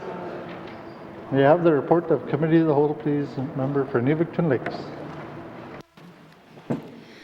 Mr. Speaker, your committee has been considering Committee Report 8-19-2, Minister Statement 77-19-2, Table Documents 165, 166, 167, 286-19-2, and I would like to report progress with one motion adopted. And Mr. Speaker, I move that the report of the Committee of the Whole be concurred with. Thank you, Mr. Speaker. Do we have a seconder? Member for Range Lake. All those in favor? All those opposed? Any abstentions? The motion is carried. Third reading of bills. Mr. Clerk, orders of the day. Orders of the day for Tuesday, February 23rd, 2021, 1:30 p.m. Prayer, minister statements, member statements, recognition of visitors in the gallery, reports of committees on the review of bills, reports of standing and special committees, returns to oral questions, recognition of visitors in the gallery, acknowledgements, oral questions, returns to written questions, replies to commissioner's address, petitions, tabling of documents, notices of motion, motions, notices of motion for first reading of bills, second reading of bills, consideration in committee of the whole of bills and other matters, committee report 8-19-2, minister statement 77-19-2, table documents 165, 166, 167, and 286-19-2, report of committee of the whole, third reading of bills, orders of the day. Thank you, Mr. Clerk. Colleagues, before we break, I'd just like to wish you all a good week that we have off from session. I hope you spend time with your families, much needed. And this House stands adjourned until Tuesday, February 23rd, 2021 at 1:30 p.m. Order.